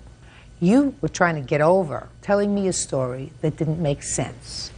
And I assume that you understand at this point that I understand that the story you gave me initially and the story that you wrote in your answer was a lot of who shot John. Because I believe that you all were drinking from 10:30 until 3:30. I believe that you all went out joyriding in his car. I believe that you decided to continue the joyriding and that he said to you, you're not taking my car again because you're drunk as a skunk. I do not believe that you asked her for the keys to her car because you already knew where the keys to her car were. You had seen them in the car at 12:30 when you came in. So you knew that her keys were downstairs. Why in the world would you go over to her when she was standing next to a futon and saying, can I have your keys, when you already knew where her keys were? Stand up straight. Now, when you hit something According to you, you just had a blowout and that's all you had. No, that's not what happened.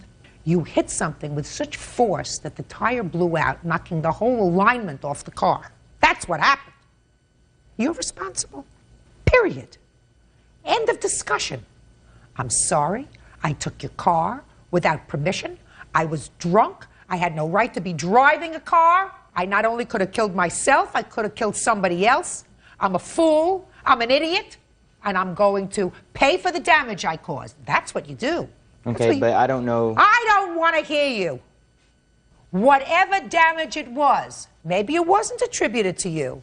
Sometimes when you're stupid, you got to pay for things that weren't even your fault.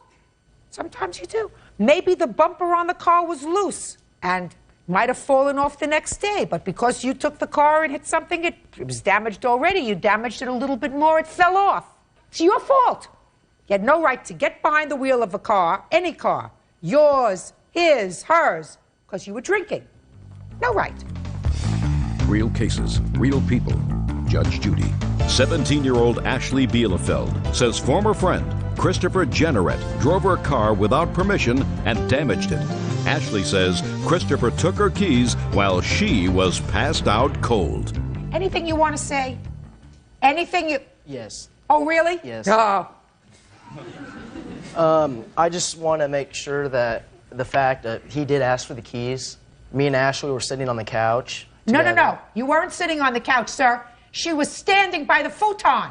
That is the couch. She was standing by the futon. I'm saying we were sitting on the couch. Well, so far, that's a different story that he just gave me.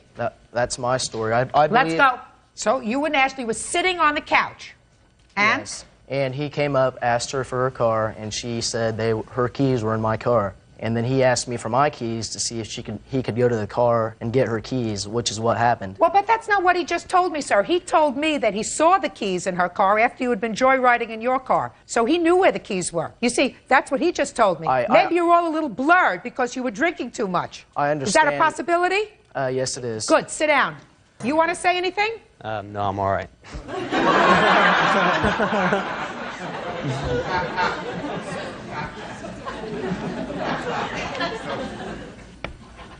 Judgment for the plaintiff in the amount of $744.52. That's all. Parties are excused. You may step out.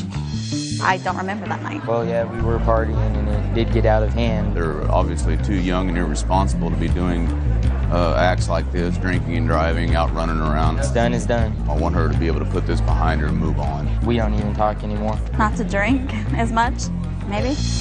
And now the next case. All parties in the matter of Nelson versus Thomas. Step forward, please. 24-year-old nursing assistant Natasha Nelson is suing her ex-boyfriend's wife, 22-year-old nurse Natasha Thomas, for vandalizing her car. Natasha is countersuing for harassment. Are you Mr. Thomas? Yes, ma'am. And you're his wife? Yes. And Ms. Nelson, you have children. Father of those children is Mr. Thomas. Correct. It is your claim that his wife vandalized your car. Yes. Is that right? That's correct. Okay. How long are you married? 4 years. You have children? Yes. How many children? 2. How old are they? 3 and 1. And Miss Nelson, how old are the children that you have by Mr. Thomas? 2 years and 4 weeks. Right. Okay. Other than the obvious, Miss Nelson, your car was vandalized when? It was vandalized on the night of July 4th. Just a sec. July 4th of this year? Yes. Did you see Miss Thomas vandalize your car? No, I was at home. Mr. Thomas had borrowed your car? Yes. Do you have any proof that Mrs. Thomas vandalized your car? He told me that she vandalized my car. Stand up. Mr. Thomas, did you see your wife vandalize Miss Nelson's car? No, ma'am. Did she confess to you that she had vandalized her car? No, ma'am. Did you ever tell Miss Nelson that your wife vandalized her car? No, ma'am. What were you doing driving Miss Nelson's car? Me and my cousin, we went out that night, and we used the car just to go out that night. And he told her before I got home, before I got there, I mean, that I guess they don't get along. Sit down. Miss Nelson, has he been living with you or with his wife? He's been living with her for the past, I mean, he was living with me around the time when I got pregnant with my second child. And what about your first? No, he told, well, that happened. They were separated. He told me that they were divorced. When I found out that they were still married, I was already pregnant with my first daughter. So you knew he was a liar?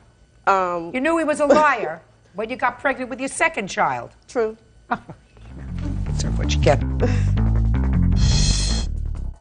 Listen, you have no proof that she vandalized your car. He told me that she vandalized my car. He denies that now. Well, I mean... I don't know. I mean, he's a liar. Exactly. So when am I supposed to figure out when he's lying and telling the truth? Now he's telling the truth? He's talking to you and he's telling the truth? Well, his cousin called and told me that she vandalized the car. You can't tell me what his cousin... Listen to me. Okay, well... Well, listen, you're trying to talk over me? You can't tell me what his cousin told you.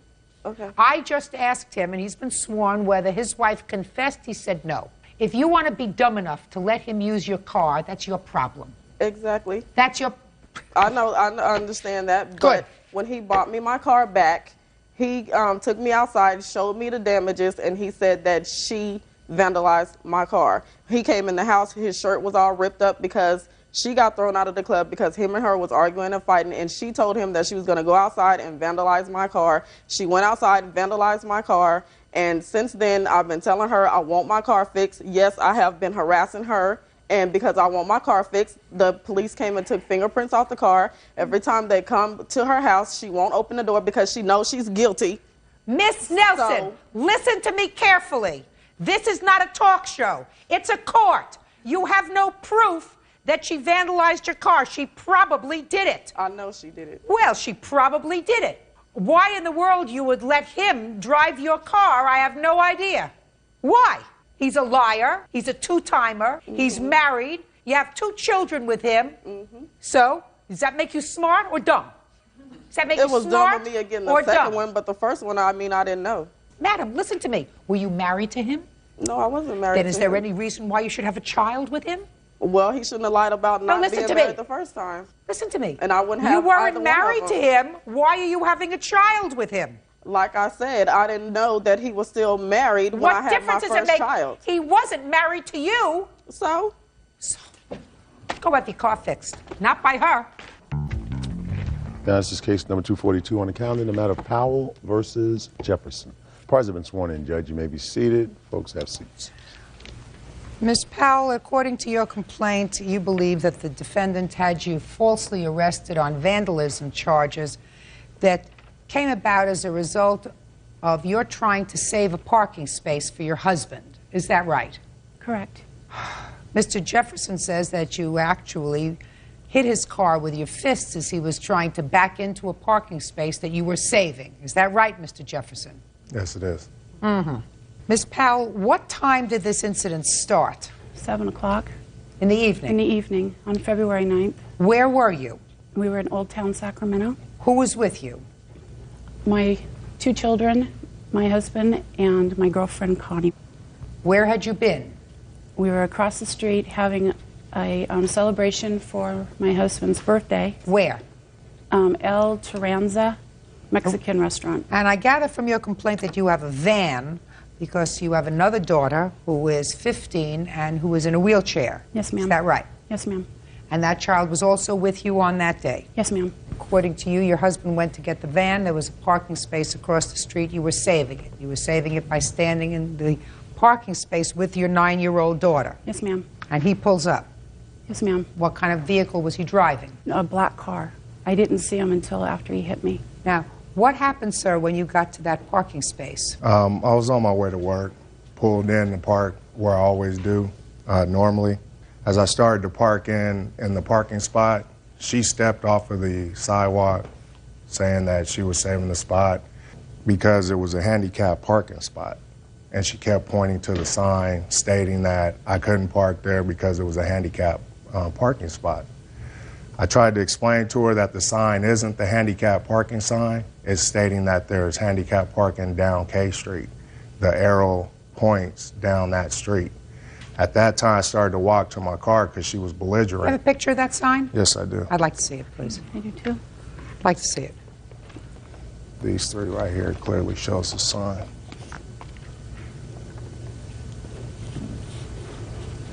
Your Honor. Just a minute. Sir, is this in front of the bar? Yes. If I saw that sign, I would think that this is where handicapped people were supposed to park. And that's why I had a picture taken of that, because it's showing the red zone and not a blue handicap parking. I don't care. What I'm telling you is, if I saw this sign, handicap parking, with this arrow pointing in this direction, not in the direction, and not only that, there is a ramp here. Right. Right? I would assume that this is the place that people with handicap parking are supposed to park. That's what I would assume. Okay. Now, the fact that you work in this bar and you're accustomed to parking there and the cops let it slide, that may be. But if, as a civilian, they don't put handicap parking signs around and give you directions, handicap parking, go 2 blocks down. However, what she stated is incorrect also. Her child in the wheelchair wasn't on the sidewalk. She was in the bar that we work at. Just a minute. How did you know that when you were outside? I didn't. Quiet. I didn't. I didn't know that. You didn't? No. You didn't? No. All you know is she had a child with her. I didn't even see a child. All I saw were people on the sidewalk. When I went to park, there was no one standing in the parking space. I started to back in. She stepped off the sidewalk at that time. If I'm not mistaken, this states in the police report also. I want to tell you something. How often do the police come into the bar where you work? Well, they patrol. Answer my question. All the time? They patrol down there, yes. All the time. You know them? I don't know them by name. Do they know you? They know I work at the bar. Right. I think that this thing was all handled very, very poorly. It's irritating if somebody comes and holds a spot. You understand that? Yes, ma'am. Now, I know you feel as if you had a legitimate reason for doing that because you had a child who had to be loaded into a wheelchair. Yes, ma'am. Unfortunately, he didn't know that at the time. Okay. But, Your Honor, just a minute.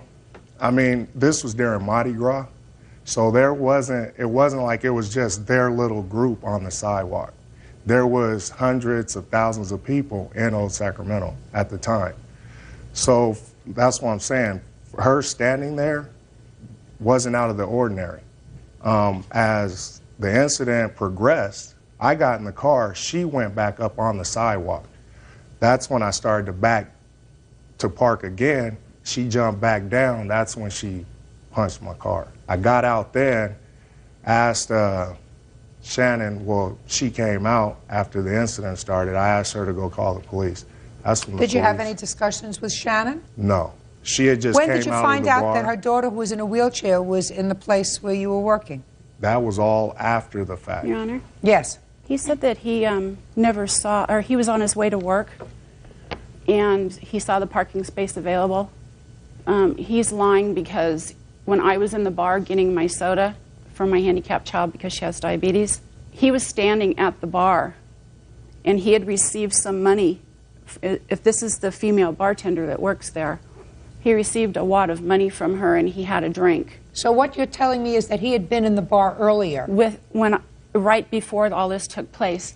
Mr. Pate came in to the bar where I was standing and said, there's this parking space out in front. Would you please go stand there so we can leave and load Ciara up? And I said yes. I went out and stood in the parking space. I did not know who this man was until he got out of the car, and then I realized that it was the same man that was standing right here on the corner of the bar and had a wad of money handed to him by a female bartender. Is that your job? You're the female bartender? Yes, I am. Did you give him some money that day? No, I did not. Can I Well, add? yes. I was at the bar, bartending, and they had come in. The daughter was the daughter was in the wheelchair by the door. They were drinking. He was drinking shots of Jack Daniels. Who was? The gentleman over there. Uh-huh. I actually had cut him off, and she had already been done drinking. Now, this was not the Mexican restaurant No, that we're this is not. talking about? It's La Terraza. What It's happened to across them? the street? If you had just finished dinner at the Mexican restaurant, which is what you told me a moment ago, Yes, and ma'am. from the Mexican restaurant you were leaving, that's the impression that I got. Then I couldn't understand how you wound up getting a soft drink for your daughter who was in a wheelchair across the street at the bar. That doesn't sound right. It would seem to me if you were to put your hand down. You don't want to get up here. Trust me. I got a nose that's always right on target. Judge Judy continues in a moment. I had cut him off because he had had too many shots already. Oh, I believe that. I don't know if he's been drinking today. That's not true, Your Honor. I don't know if he's been drinking today. That's not true, Your Honor. I'm not sure. Real cases, real people. Judge Judy. Christina Powell claims bouncer Willie Jefferson assaulted her over a parking space. Christina says she was just trying to help her handicapped daughter. I believe her when she said he was doing shots at the bar. I want you to understand that. Your Honor, there was an hour span when we left the Mexican restaurant. Right. We walked around with the girls. But then you went to a bar, and he was having shots. Right. It also states, this is her statement that she made to the police. Let me see the police report. Saying that my husband had a shot and I was drunk. And her husband also went to go pick up the van after I cut him off. So he went to go pick up the van to pick up the child, and I had cut him off because he had had too many shots already. Oh, I believe that. I don't know if he's been drinking today. That's not true, Your Honor. I don't know if he's been drinking today. That's not true, Your Honor. I'm not sure. Well, you told the police we had been at the bar and we were getting ready to leave. My husband had had a shot and I was drunk. Why would I say I'm drunk? I don't drink, Your Honor. Well, it states right there you were in the bar. Exactly. That's where I saw you, and that's how you knew that you were going to take that parking space away from me. Don't speak to each other. Sorry, Your Honor.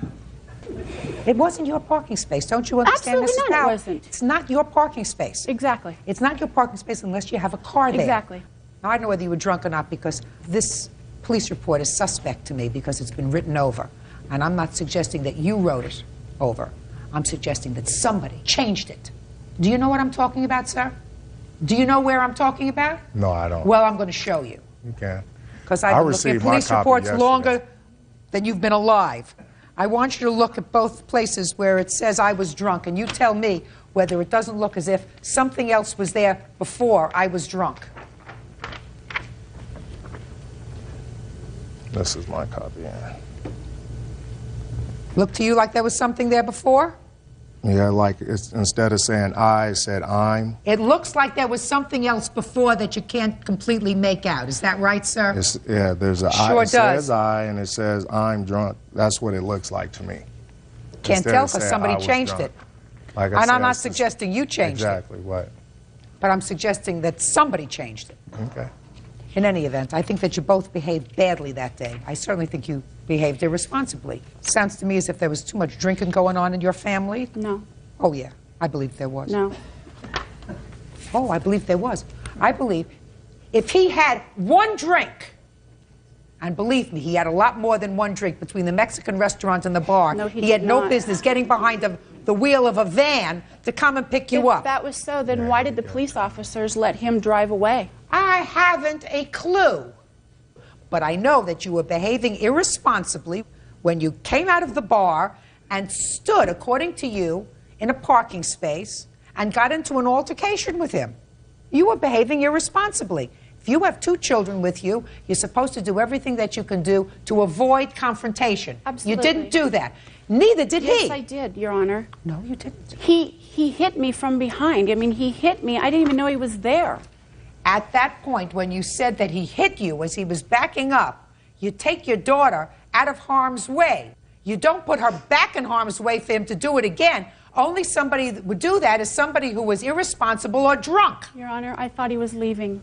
Oh, I thought he got back in his car to leave. I'm not going to get anywhere with either one of you. You both handled the situation very poorly that day. And this court cannot resolve a situation that resulted in two people behaving very badly. You may have gotten the worst of it, but you both behaved irresponsibly. You as a parent with two children with you, and you driving a car that is capable of causing injury. Don't get into a confrontation with people over a parking space. You move on. You got it? Your Honor, may I That's recover all. my Period. Parties are excused. You may step out. The whole thing was fabricated. She was at the bar, her husband, and the kids. He was already drunk, driving, picking up the child. And now the next case. All parties in the matter of Barnett versus Jimenez. Step forward, please. Teacher Eileen Barnett is suing her former roommate's boyfriend, 25-year-old electrician Adrian Jimenez, for crashing into her car and her home.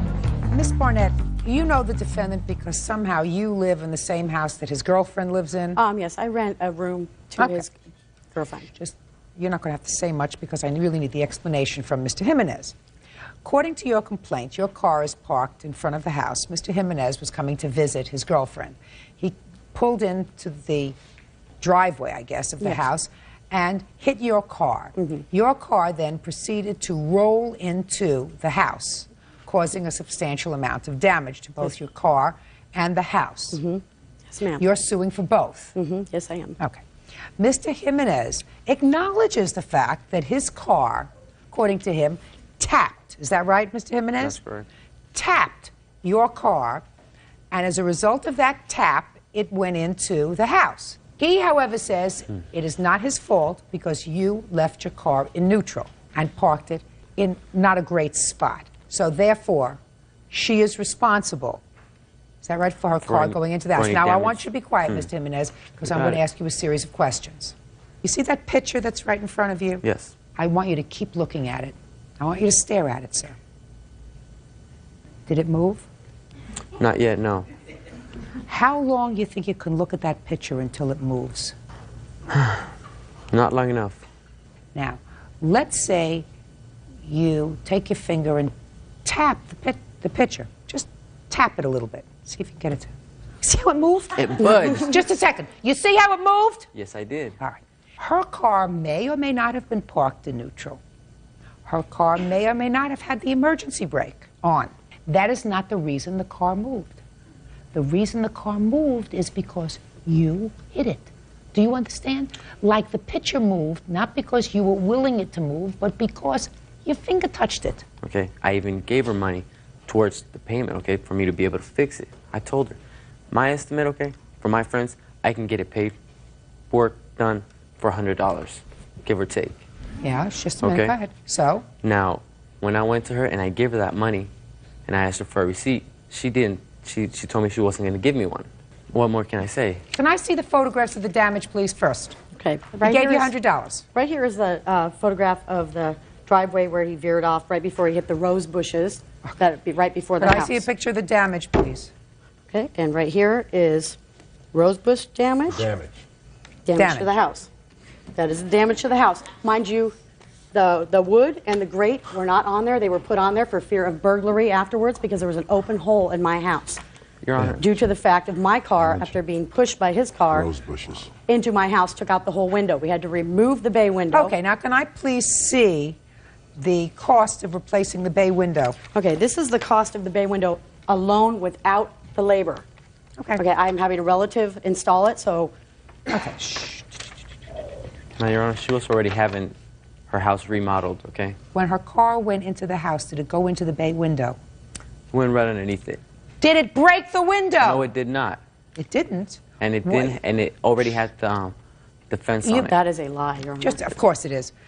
You mean she just put this wood up in front of where the window was for no reason?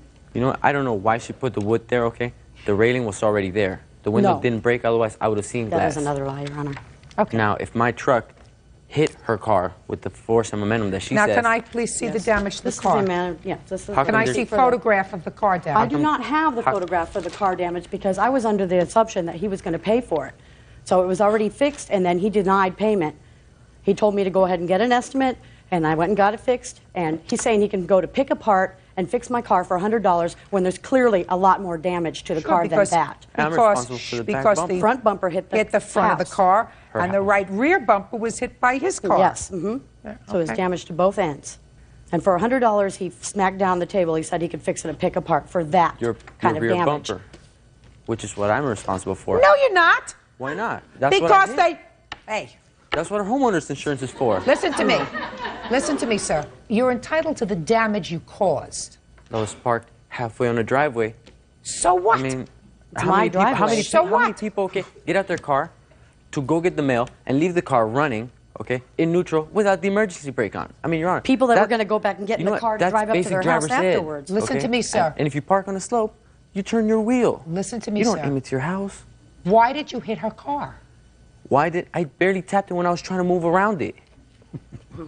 He's so full of baloney. Judgment for the plaintiff in the amount of $4,417. Listen, you do something wrong, you pay for it. She doesn't have to say to you, you and one of your street mechanic friends can fix my car, and she doesn't have to leave Her window boarded up. You caused this accident. You. Just like that thing didn't move until you moved it with your hand. Her car would not have moved unless you hit it. Your Honor, she was already having her house redone. Period. So what? You just helped it along. Hey, why didn't you I helped just it pay along. for it, you know? That's all. Step back. Hello guys, ये teddy है, इसमें हम colour करते हैं। तो देखिएगा हम colour कैसे करते हैं। वीडियो पसंद आए लाइक करें, शेयर करें, कमेंट करें। इसमें करते हैं पिंक कलर।